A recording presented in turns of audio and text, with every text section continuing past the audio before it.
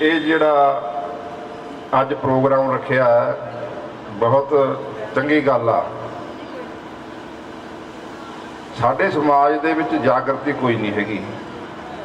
ਜੇ ਜਾਗਰਤੀ ਹੁੰਦੀ ਫਿਰ ਮੇਰੇ ਹਿਸਾਬ ਨਾਲ ਜਿਹੜੀਆਂ ਕੁਰਸੀਆਂ ਖਾਲੀ ਪਈਆਂ ਨੇ ਇਹ ਖਾਲੀ ਨਹੀਂ ਸੀ ਹੋਣੀਆਂ। ਗੁਰੂ ਸਾਹਿਬ ਗੁਰੂ ਨਾਨਕ ਪਾਤਸ਼ਾਹ ਮਹਾਰਾਜ ਜਦੋਂ ਅਵਤਾਰ ਧਾਰਿਆ, ਸਤਿਗੁਰਾਂ ਨੇ ਸਾਰੇ ਪਾਸੇ ਹਾਹਾਕਾਰ, ਜਾਤ ਪਾਤ ਦਾ ਮਨੂ ਸਿਮਰਤੀ ਉਸ ਵੇਲੇ ਵੀ ਸੀ। ਗੁਰੂ ਪਾਤਸ਼ਾਹ ਮਹਾਰਾਜ ਜੀਆਂ ਨੇ ਸਭ ਤੋਂ ਪਹਿਲਾਂ ਨਾਰਾ ਦਿੱਤਾ, ਮਾਨਸ ਕੀ ਜਾਤ ਸਭੇ ਇੱਕ ਹੈ ਪਹਿਚਾਨ ਹੋ। ਕੋਈ ਵੀ ਇੱਥੇ ਉੱਚ ਜਾਤੀ ਦਾ ਨਹੀਂ, ਕੋਈ ਇੱਥੇ ਨੀਵੀਂ ਜਾਤੀ ਦਾ ਨਹੀਂ, ਸਾਰੇ ਬਰਾਬਰ ਨੇ। ਗੁਰੂ ਨਾਨਕ ਪਾਤਸ਼ਾਹ ਮਹਾਰਾਜ ਜੀਆਂ ਨੇ, ਜਿਸ ਦੇ ਵਿੱਚ ਸਤੀ ਪ੍ਰਥਾ ਚੱਲਦੀ ਸੀ, ਗੁਰੂ ਅੰਗਦ ਦੇਵ ਮਹਾਰਾਜ ਜੀਆਂ ਨੇ ਖਤਮ ਕੀਤੀ। ਬੀਬੀਆਂ ਨੂੰ ਪੈਰ ਦੀ ਜੁੱਤੀ ਸਮਝਿਆ ਜਾਂਦਾ ਸੀ। ਗੁਰੂ ਸਾਹਿਬ ਨੇ ਕਿਹਾ, ਸੋ ਕਿਉ ਮੰਦਾ ਆਖੀਏ ਜਿਤ ਜੰਮੈ ਰਾਜਾਨ। ਬੀਬੀਆਂ ਨੂੰ ਬਰਾਬਰ ਦਾ ਦਰਜਾ ਦੇ ਦਿੱਤਾ। ਫਿਰ 10ਵੇਂ ਪਾਤਸ਼ਾਹ ਗੁਰੂ ਗੋਬਿੰਦ ਸਿੰਘ ਸਾਹਿਬ ਮਹਾਰਾਜ ਜੀਆਂ ਨੇ ਜਾਤ ਪਾਤ ਤੋਂ ਉੱਪਰ ਉੱਠ ਕੇ ਗੁਰੂ ਪਾਤਸ਼ਾਹ ਮਹਾਰਾਜ ਜੀ ਨੇ ਖੰਡੇ ਬਾਟੇ ਦਾ ਅੰਮ੍ਰਿਤ ਛਕਾ ਕੇ ਸਾਨੂੰ ਜਿਹੜੇ ਦੱਬੇ ਕੁੱਦੇ ਲੋਕ ਸੀ, ਜਿਨ੍ਹਾਂ ਨੂੰ ਸ਼ੂਦਰ ਕਿਹਾ ਜਾਂਦਾ ਸੀਗਾ, ਧੰਨ ਗੁਰੂ ਗੋਬਿੰਦ ਸਿੰਘ ਸਾਹਿਬ ਮਹਾਰਾਜ ਜੀਆਂ ਨੇ ਸਭ ਤੋਂ ਪਹਿਲਾਂ ਤਾਂ ਰੇਟਾ ਗੁਰੂ ਕਾ ਬੇਟਾ ਕਹਿ ਕੇ ਭਾਈ ਜੈਤੇ ਜੀ ਨੂੰ ਸੀਨੇ ਨਾਲ ਲਾਇਆ। ਫਿਰ ਸਤਿਗੁਰੂ ਮਹਾਰਾਜ ਜੀਆਂ ਨੇ ਖੰਡੇ ਬਾਟੇ ਦਾ ਅੰਮ੍ਰਿਤ ਛਕਾ ਕੇ, ਜਿਹਦੇ ਵਿੱਚ ਨਾਈ ਆਏ, ਸਿੰਬੇ ਜੁਲਾਹੇ ਸਾਰੇ ਜਿਹੜੇ ਵਿੱਚ ਸੀਗੇ, ਝੀਵਰ ਜੱਟ ਖੱਤਰੀ ਸਾਰੇ ਇਕੱਠੇ ਕਰਕੇ ਪੰਜਾਂ ਪਿਆਰਿਆਂ ਦਾ ਸਰੂਪ ਦੇ ਕੇ ਜਿਹੜੀ ਜਾਤ ਪਾਤ ਬਿਲਕੁਲ ਖਤਮ ਕਰ ਦਿੱਤੀ। ਫਿਰ ਧੰਨ ਗੁਰੂ ਗੋਬਿੰਦ ਸਿੰਘ ਸਾਹਿਬ ਮਹਾਰਾਜ ਜੀ ਨੇ ਚਮਕੌਰ ਦੀ ਗੜੀ ਦੇ ਵਿੱਚ ਰਵਿਦਾਸੀਏ ਸਿੱਖ ਮੰਗੇਸਰੀ ਭਾਈ ਸੰਗਤ ਸਿੰਘ ਨੂੰ ਕਲਗੀ ਤੋੜਾ ਦੇ ਕੇ ਗੱਦੀ ਦੇ ਉੱਤੇ ਬਿਠਾ ਕੇ ਜਾਤ ਪਾਤ ਬਿਲਕੁਲ ਖਤਮ ਕਰ ਦਿੱਤੀ। ਅੱਜ ਅਸੀਂ ਕਿੱਧਰ ਤੁਰੇ ਫਿਰਦੇ ਹਾਂ? ਉਹੀ ਗੱਲਾਂ ਨੂੰ ਸਮਝਦੇ ਹੋਏ ਡਾਕਟਰ ਅੰਬੇਡਕਰ ਸਾਹਿਬ ਨੇ ਆਵਾਜ਼ ਚੁੱਕੀ। ਸਾਨੂੰ ਸਾਰਿਆਂ ਨੂੰ, ਜਿਨ੍ਹਾਂ ਨੂੰ ਸ਼ੂਦਰ ਕਿਹਾ ਗਿਆ, ਮਨੂ ਸਿਮਰਤੀ ਨੇ ਸਾਨੂੰ ਲਤਾੜਿਆ ਕਿਹਾ ਗਿਆ, ਉਹ ਫਿਰ ਨਗੋਰੀ ਬਾਬਾ ਸਾਹਿਬ ਨੇ ਫੜੀ ਤੇ ਉਹਨੇ ਸਾਰੇ ਧਰਮ ਪੜ੍ਹੇ। ਸਭ ਦੇ ਵਿੱਚ ਜਿਹੜਾ ਸੀ ਜਾਤ ਪਾਤ ਦਾ ਬੋਲਬਾਲਾ ਸੀ। ਫਿਰ ਉਹਨੇ ਸਿੱਖ ਧਰਮ ਪੜ੍ਹਿਆ। ਫਿਰ ਉਹ ਦਰਬਾਰ ਸਾਹਿਬ ਵੀ ਗਏ। ਉੱਥੋਂ ਦੇ ਜਿਹੜੇ ਅਖੌਤੀ ਲੀਡਰਸ਼ਿਪ ਸੀ, ਜਿਨ੍ਹਾਂ ਦੇ ਧੌਣਾਂ ਦੇ ਵਿੱਚ ਮਨੂ ਸਿਮਰਤੀ ਦੇ ਕਿੱਲੀ ਕਹਿ ਦਈਏ ਗੜੇ ਹੋਏ ਸੀ, ਤੇ ਗਾਂਧੀ ਦੇ ਕਹਿਣ ਤੇ ਡਾਕਟਰ ਸਾਹਿਬ ਨੂੰ ਅੰਮ੍ਰਿਤ ਨਹੀਂ ਛਕਾਇਆ ਗਿਆ। ਡਾਕਟਰ ਸਾਹਿਬ ਆ ਕੇ ਵਾਪਸ ਬੁੱਧ ਧਰਮ ਅਪਣਾ ਲਿਆ। ਪਰ ਜਿਹੜੀ ਬਹੁਤੀ ਜਨਸੰਖਿਆ ਅੱਜ ਪੰਜਾਬ ਦੇ ਵਿੱਚ, ਤੇ ਪੰਜਾਬ ਤੋਂ ਬਾਅਦ ਆ, ਅੱਜ ਸਾਰਿਆਂ ਨੂੰ ਪਤਾ ਲੱਗ ਗਿਆ ਵੀ ਇੱਕੋ ਇੱਕ ਧਰਮ ਆ, ਸਿੱਖ ਧਰਮ, ਜਿਹਦੇ ਵਿੱਚ ਕੋਈ ਜਾਤ ਪਾਤ ਨਹੀਂ ਹੈ। ਜੋ ਗੁਰੂ ਸਾਹਿਬ ਨੇ ਸਾਡਾ ਜਾਤ ਪਾਤ ਖਤਮ ਕਰਤਾ। ਜਾਤ ਗੋਤ ਸਿੰਘਨ ਕੀ ਦੰਗਾ ਦੰਗਾ ਗੁਰਤੇ ਮੰਗਾ। ਸਤਿਗੁਰੂ ਮਹਾਰਾਜ ਜੀਆਂ ਨੇ ਜਿਹੜਾ ਜਾਤ ਪਾਤ ਪਰਖਦਾ ਉਹ ਸਿੱਖ ਨਹੀਂ ਹੈਗਾ। ਤੇ ਅਸੀਂ ਗੁਰੂ ਨਾਨਕ ਪਾਤਸ਼ਾਹ ਮਹਾਰਾਜ ਦਾ ਜਿਹੜਾ ਫਲਸਫਾ, ਜਿਹੜਾ ਸਿਧਾਂਤ ਹੈ, ਮਾਨਸ ਕੀ ਜਾਤ ਸਭੇ ਏਕ ਹੈ ਪਹਿਚਾਨ ਬੋ, ਏਕ ਪਿਤਾ ਏਕ ਸਕੇ ਹਮ ਬਾਰਕ, ਤੂੰ ਮੇਰਾ ਗੁਰਹਾਈ ਜੀ, ਉਹਦੇ ਜਿਹੜਾ ਨਾਰਾ ਲਾਇਆ ਉਹਨਾਂ ਮੁਤਾਬਕ ਚੱਲਦੇ ਹੋਏ ਡਾਕਟਰ ਅੰਬੇਡਕਰ ਸਾਹਿਬ ਨੇ ਸਾਨੂੰ ਜਦੋਂ ਭਾਰਤ ਦੀ ਆਜ਼ਾਦੀ ਤੋਂ ਬਾਅਦ 33% ਨੁਮਾਇੰਦਗੀ ਲੈ ਕੇ ਦਿੱਤੀ, ਤੇ ਫਿਰ ਸਾਡੇ ਜਿਹੜੇ ਲੋਕ ਸੀ, ਸਾਡਾ ਸਮਾਜ ਸੀ, ਉਹਨਾਂ ਦਾ ਸਾਥ ਨਹੀਂ ਦਿੱਤਾ। ਉਹਨਾਂ ਨੂੰ ਵੀ ਇਲੈਕਸ਼ਨਾਂ ਦੇ ਵਿੱਚ ਹਰਾ ਦਿੱਤਾ ਗਿਆ, ਜਿਤਾਇਆ ਕੋਈ ਨਹੀਂ। ਡਾਕਟਰ ਸਾਹਿਬ ਦਾ ਵੀ ਅਸੀਂ ਵਿਰੋਧ ਕਰਦੇ ਰਹੇ, ਸਾਨੂੰ ਜਾਗਰਤੀ ਨਹੀਂ ਆਈ। ਫਿਰ ਜਾ ਕੇ ਜਿਵੇਂ ਭਾਈ ਸਾਹਿਬ ਦੱਸ ਕੇ ਗਏ ਨੇ, ਉਹਨਾਂ ਨੂੰ ਸੰਵਿਧਾਨ ਦੇ ਵਿੱਚ ਚੁਣਿਆ ਗਿਆ। ਫਿਰ ਕਿਤੇ ਜਾ ਕੇ ਪਾਰਲੀਮੈਂਟ ਦੇ ਵਿੱਚ ਬੋਲੇ, ਤੇ ਅਸੀਂ ਤਾਂ ਉਹਨਾਂ ਨੂੰ ਹਰਾ ਕੇ ਧਰਤਾ। ਜੇ ਅਸੀਂ ਜਾਗਦੇ ਹੁੰਦੇ ਫਿਰ ਉਹਨਾਂ ਨੂੰ ਜਿਤਾਉਂਦੇ ਨਾ, 1 ਨੰਬਰ ਤੇ ਜਿਉਣਾ ਚਾਹੀਦਾ ਸੀਗਾ। ਫਿਰ ਸਾਹਿਬ ਕਾਂਸੀ ਰਾਮ ਜੀ ਆਏ। ਸਾਹਿਬ ਕਾਂਸੀ ਰਾਮ ਜੀਆਂ ਨੇ ਜਦੋਂ ਇਲੈਕਸ਼ਨ ਦੇ ਵਿੱਚ ਉਤਰੇ, ਉਹਨਾਂ ਨੂੰ ਪੱਤਰਕਾਰਾਂ ਨੇ ਪੁੱਛਿਆ, ਕਾਂਸੀ ਰਾਮ ਜੀ ਤੁਹਾਡਾ ਮੈਨੀਫੈਸਟੋ ਕੀ ਹੈ? ਉਹਨਾਂ ਨੇ ਇੱਕੋ ਹੀ ਜਵਾਬ ਦਿੱਤਾ ਸੀ ਕਿ ਸਾਡਾ ਮੈਨੀਫੈਸਟੋ ਧੰਨ ਗੁਰੂ ਗ੍ਰੰਥ ਸਾਹਿਬ ਮਹਾਰਾਜ ਹੈ, ਅਸੀਂ ਉਹ ਤੋਂ ਬਾਹਰ ਨਹੀਂ ਜਾਂਦੇ। ਜੋ ਕੁਛ ਉਹਦੇ ਵਿੱਚ ਲਿਖਿਆ ਹੈ, ਉਹੀ ਸਾਡਾ ਮੈਨੀਫੈਸਟੋ ਆ, ਹੋਰ ਕੋਈ ਮੈਨੀਫੈਸਟੋ ਨਹੀਂ। ਤੇ ਅਸੀਂ ਗੁਰੂ ਸਾਹਿਬ ਨੂੰ ਛੱਡ ਕੇ ਡੇਰਿਆਂ ਕਨੀ ਜਠੇਰਿਆਂ ਕਨੀ ਪਤਾ ਨਹੀਂ ਕਿੱਥੇ ਕਿੱਥੇ ਤੁਰੇ ਫਿਰਦੇ ਆ, ਤਾਂ ਹੀ ਸਾਡੀ ਆ ਹਾਲਤ ਹੋ ਗਈ। ਮੈਂ ਸਾਰਿਆਂ ਨੂੰ ਬੇਨਤੀ ਕਰਨਾ ਚਾਹੁੰਦਾ, ਜਦੋਂ ਖਾਲਸਾ ਰਾਜ ਆਇਆ ਧੰਨ ਗੁਰੂ ਗੋਬਿੰਦ ਸਿੰਘ ਮਹਾਰਾਜ ਨੇ ਸਾਰਾ ਕੁਝ ਖਤਮ ਕਰ ਦਿੱਤਾ, ਜਾਤ ਪਾਤ ਹੈ ਹੀ ਨਹੀਂ ਕੋਈ। ਮੈਂ ਤੁਹਾਨੂੰ ਦੱਸਣਾ ਚਾਹੁੰਦਾ ਕਿ ਸੰਸਾਰ ਦੇ ਉੱਤੇ 2.5 ਜਾਤਾਂ ਨੇ। ਇੱਕ ਜਾਤ ਮਰਦ ਦੀ ਹੈ, ਦੂਸਰੀ ਜਾਤ ਇਸਤਰੀ ਦੀ ਆ, ਅੱਧੀ ਜਾਤ ਜਿਹਨੂੰ ਖੁਸਰਾ ਕਿਹਾ, ਕਿੰਨਰ ਕਿਹਾ, ਹਿਜੜਾ ਕਿਹਾ, ਉਹਦੀ ਅੱਧੀ ਜਾਤ ਆ, ਹੋਰ ਕੋਈ ਜਾਤ ਹੈ ਹੀ ਨਹੀਂ। ਸੰਸਾਰ ਦੇ ਉੱਤੇ 2.5 ਜਾਤਾਂ ਨੇ। ਇਹ ਬ੍ਰਾਹਮਣਾਂ ਨੇ ਬਣਾਈਆਂ ਨੇ ਜਾਤਾਂ, ਮਨੂ ਸਿਮਰਤੀ ਨੇ ਬਣਾਈਆਂ ਨੇ। ਅੱਜ ਅਸੀਂ ਕਿੱਧਰ ਤੁਰ ਪਏ? ਮੈਂ ਸਾਰਿਆਂ ਨੂੰ ਹੱਥ ਜੋੜ ਕੇ ਬੇਨਤੀ ਕਰਨਾ ਚਾਹੁੰਦਾ, ਦਾਸ ਨੂੰ ਜਿਹੜਾ ਵਾਮ ਸੇਵ ਦਾ ਸੰਗਠਨ ਹੈ, ਰਾਸ਼ਟਰੀ ਪੰਜਾਬ ਰਾਸ਼ਟਰੀ ਮੋਰਚਾ, ਸਿੱਖ ਪੰਜਾਬ ਰਾਸ਼ਟਰੀ ਮੋਰਚੇ ਦਾ ਦਾਸ ਨੂੰ ਪ੍ਰਧਾਨ ਵੀ ਬਣਾਇਆ ਗਿਆ। ਅਸੀਂ ਲਖਨਊ ਦੇ ਵਿੱਚ ਗਏ ਬਾਬਾ ਨਵੇਸ਼ ਰਾਮ ਜੀ ਨਾਲ, ਉੱਥੇ ਵੀ 10 ਲੱਖ ਦੇ ਇਕੱਠ ਨੂੰ ਸੰਬੋਧਨ ਕੀਤਾ।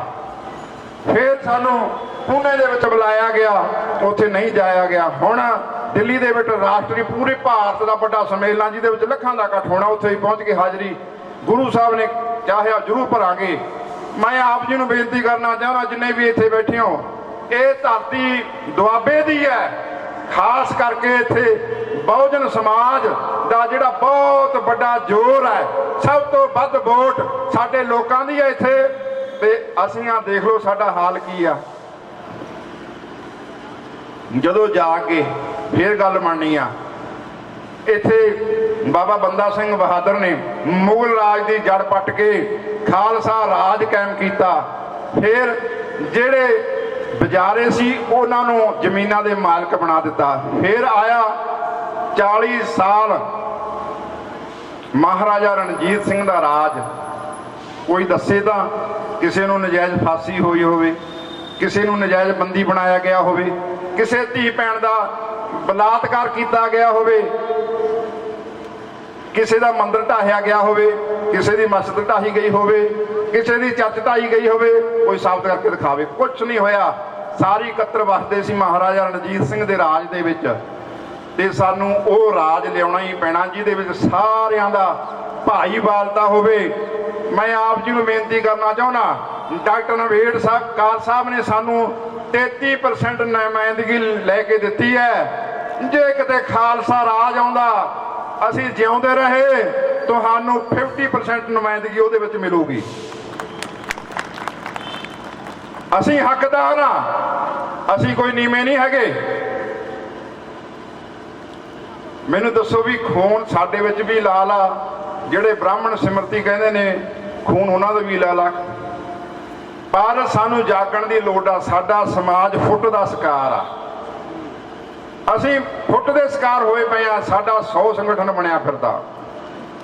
ਜਿੰਨਾ ਚਿਰ ਅਸੀਂ ਏਕੇ ਦੇ ਵਿੱਚ ਨਹੀਂ ਆਉਂਦੇ, ਡਾਕਟਰ ਸਾਹਿਬ ਦਾ ਜਿਹੜੀ ਸੋਚ ਹੈ, ਬਾਬੂ ਕਾਂਸੀ ਰਾਮ ਜੀ ਦੀ ਸੋਚ ਹੈ, ਸੰਤ ਜਰਨੈਲ ਸਿੰਘ ਖਾਲਸਾ ਪਿੰਡਰਾਂ ਵਾਲੇ, ਉਹਨਾਂ ਦੀ ਵੀ ਇਹੀ ਸੋਚ ਸੀਗੀ, ਜਿਨ੍ਹਾਂ ਨੂੰ ਸਾਡੇ ਬਹੁਤੇ ਭੰਡਦੇ ਫਿਰਦੇ ਰਹਿੰਦੇ ਨੇ।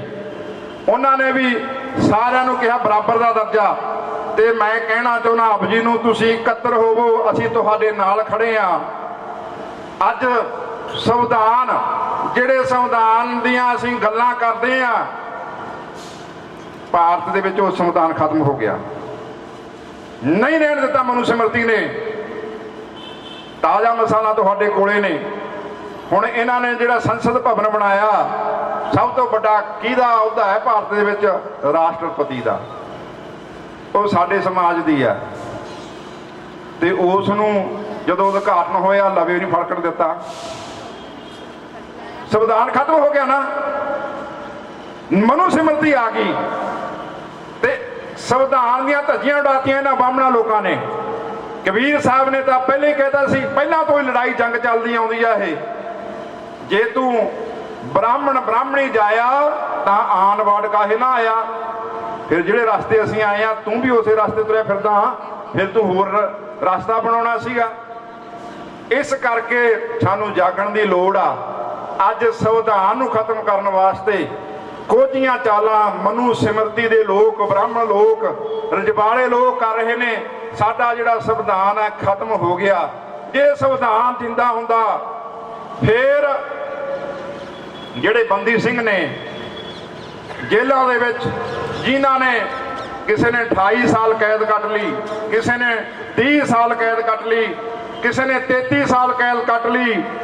ਮਰਡਰ ਦੀ ਕੇਸ ਉਮਰ ਕੈਦ ਹੁੰਦੀ ਹੈ 14 ਸਾਲ, ਇਸ ਤੋਂ ਬਾਅਦ ਕੋਈ ਕੈਦ ਨਹੀਂ ਹੈਗੀ।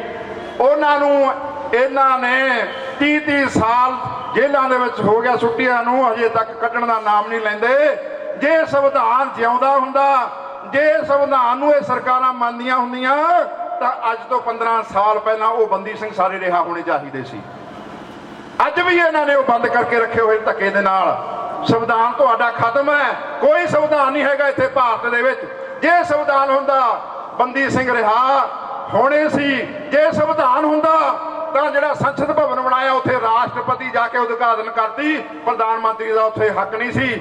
ਜਿਹੜਾ ਆਤਰੀ ਮੂਰਤੀ ਆ ਉਹ ਖਤਮ ਕਰਤੇ, ਸੰਘੋਲ ਦਾ ਬ੍ਰਾਹਮਣਵਾਦ ਦਾ ਇਹਨਾਂ ਨੇ ਜਿਹੜਾ ਡੰਕਾ ਵਜਾ ਦਿੱਤਾ। ਤੁਹਾਡੇ ਹੱਥ ਪੱਲੇ ਕੁਝ ਨਹੀਂ ਹੈਗਾ।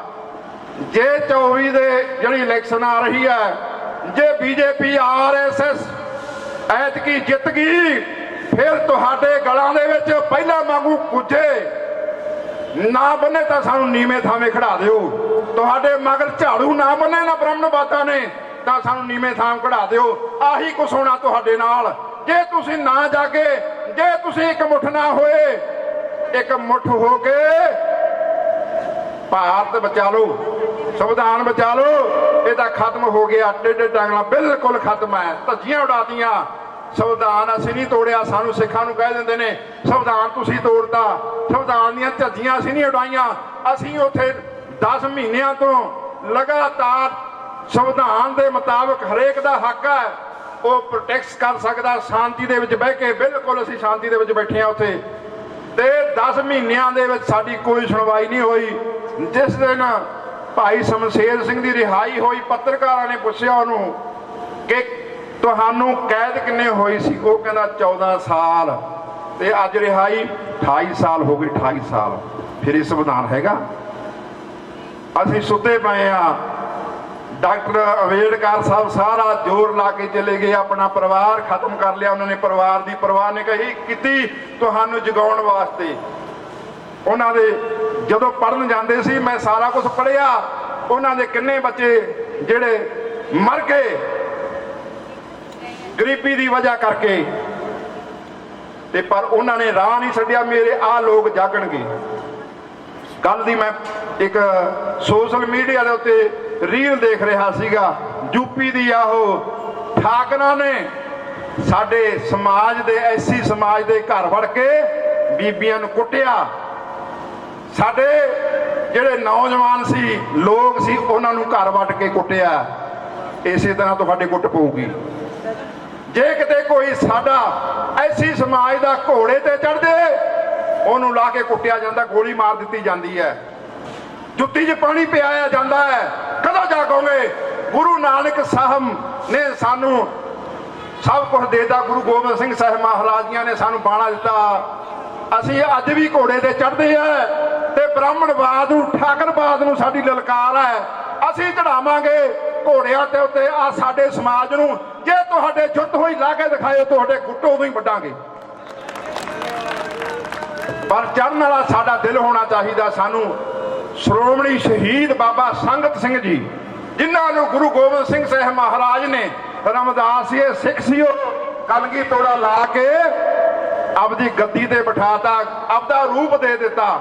ਹੋਰ ਅਸੀਂ ਕੀ ਭਾਲਦੇ ਹਾਂ? ਅਸੀਂ ਕਿੱਧਰ ਤੁਰੇ ਫਿਰਦੇ ਹਾਂ? ਜਠੇਰਿਆਂ ਤੇ, ਡੇਰਿਆਂ ਤੇ, ਬਾਬਿਆਂ ਦੇ, ਪੀਰਾਂ ਤੇ ਸਾਡੇ ਲੋਕ ਜਾਂਦੇ ਨੇ, ਹੋਰ ਨਹੀਂ ਕੋਈ ਜਾਂਦਾ। ਸਮਝੋ, ਕਦੋਂ ਸਮਝੋਗੇ? ਸਾਡਾ ਸਾਥ ਦਿਓ। ਅਸੀਂ ਉਸ ਦਲ ਪੰਥ ਨੂੰ ਸੇਵਾਦਾਰ ਹਾਂ। ਬਾਬਾ ਸੰਗਤ ਸਿੰਘ, ਘੋੜੇ ਵੀ ਨੇ ਸਾਡੇ ਕੋਲ, ਗੱਡੀਆਂ ਵੀ ਨੇ। ਆਏ ਖਾਨੇ ਵਾਂਗੂ ਵੜ ਜਾਂਦੇ ਜਾ ਕੇ ਜਿੱਥੇ ਚੜ੍ਹਦੇ ਆ। ਕਿਸਾਨੀ ਮੋਰਚਾ ਵੀ ਉੱਥੇ ਦੇਖਿਆ ਸੀ ਨਾ, ਉੱਥੇ ਤੁਸੀਂ ਸਾਰਿਆਂ ਨੇ ਦੇਖਿਆ। ਇੱਕ ਸਾਲ ਨਹੀਂ ਹਿੱਲੇ, ਕਿਸੇ ਤੇ ਆਜ ਨਹੀਂ ਆਉਣ ਦਿੱਤੀ। RSS BJP ਦੇ ਗੁੰਡੇ ਚੜ ਕੇ ਆਏ, ਧੁੱਕੀਆਂ ਕਰਦੀਆਂ, ਮਾਰ ਮਾਰ ਡਾਂਗਾ ਦਬਾਲ ਤੇ ਇੱਕ ਨਹੀਂ ਛੱਡਦੇ ਸੀ ਉੱਥੇ। ਭਾਜਣ ਨੂੰ ਰਾਹ ਨਹੀਂ ਸੀ ਲੱਭਦਾ ਉਹਨਾਂ ਨੂੰ। ਇਹ ਗੁਰੂ ਗੋਬਿੰਦ ਸਿੰਘ ਮਹਾਰਾਜ ਦੀ ਕਿਰਪਾ ਹੈ।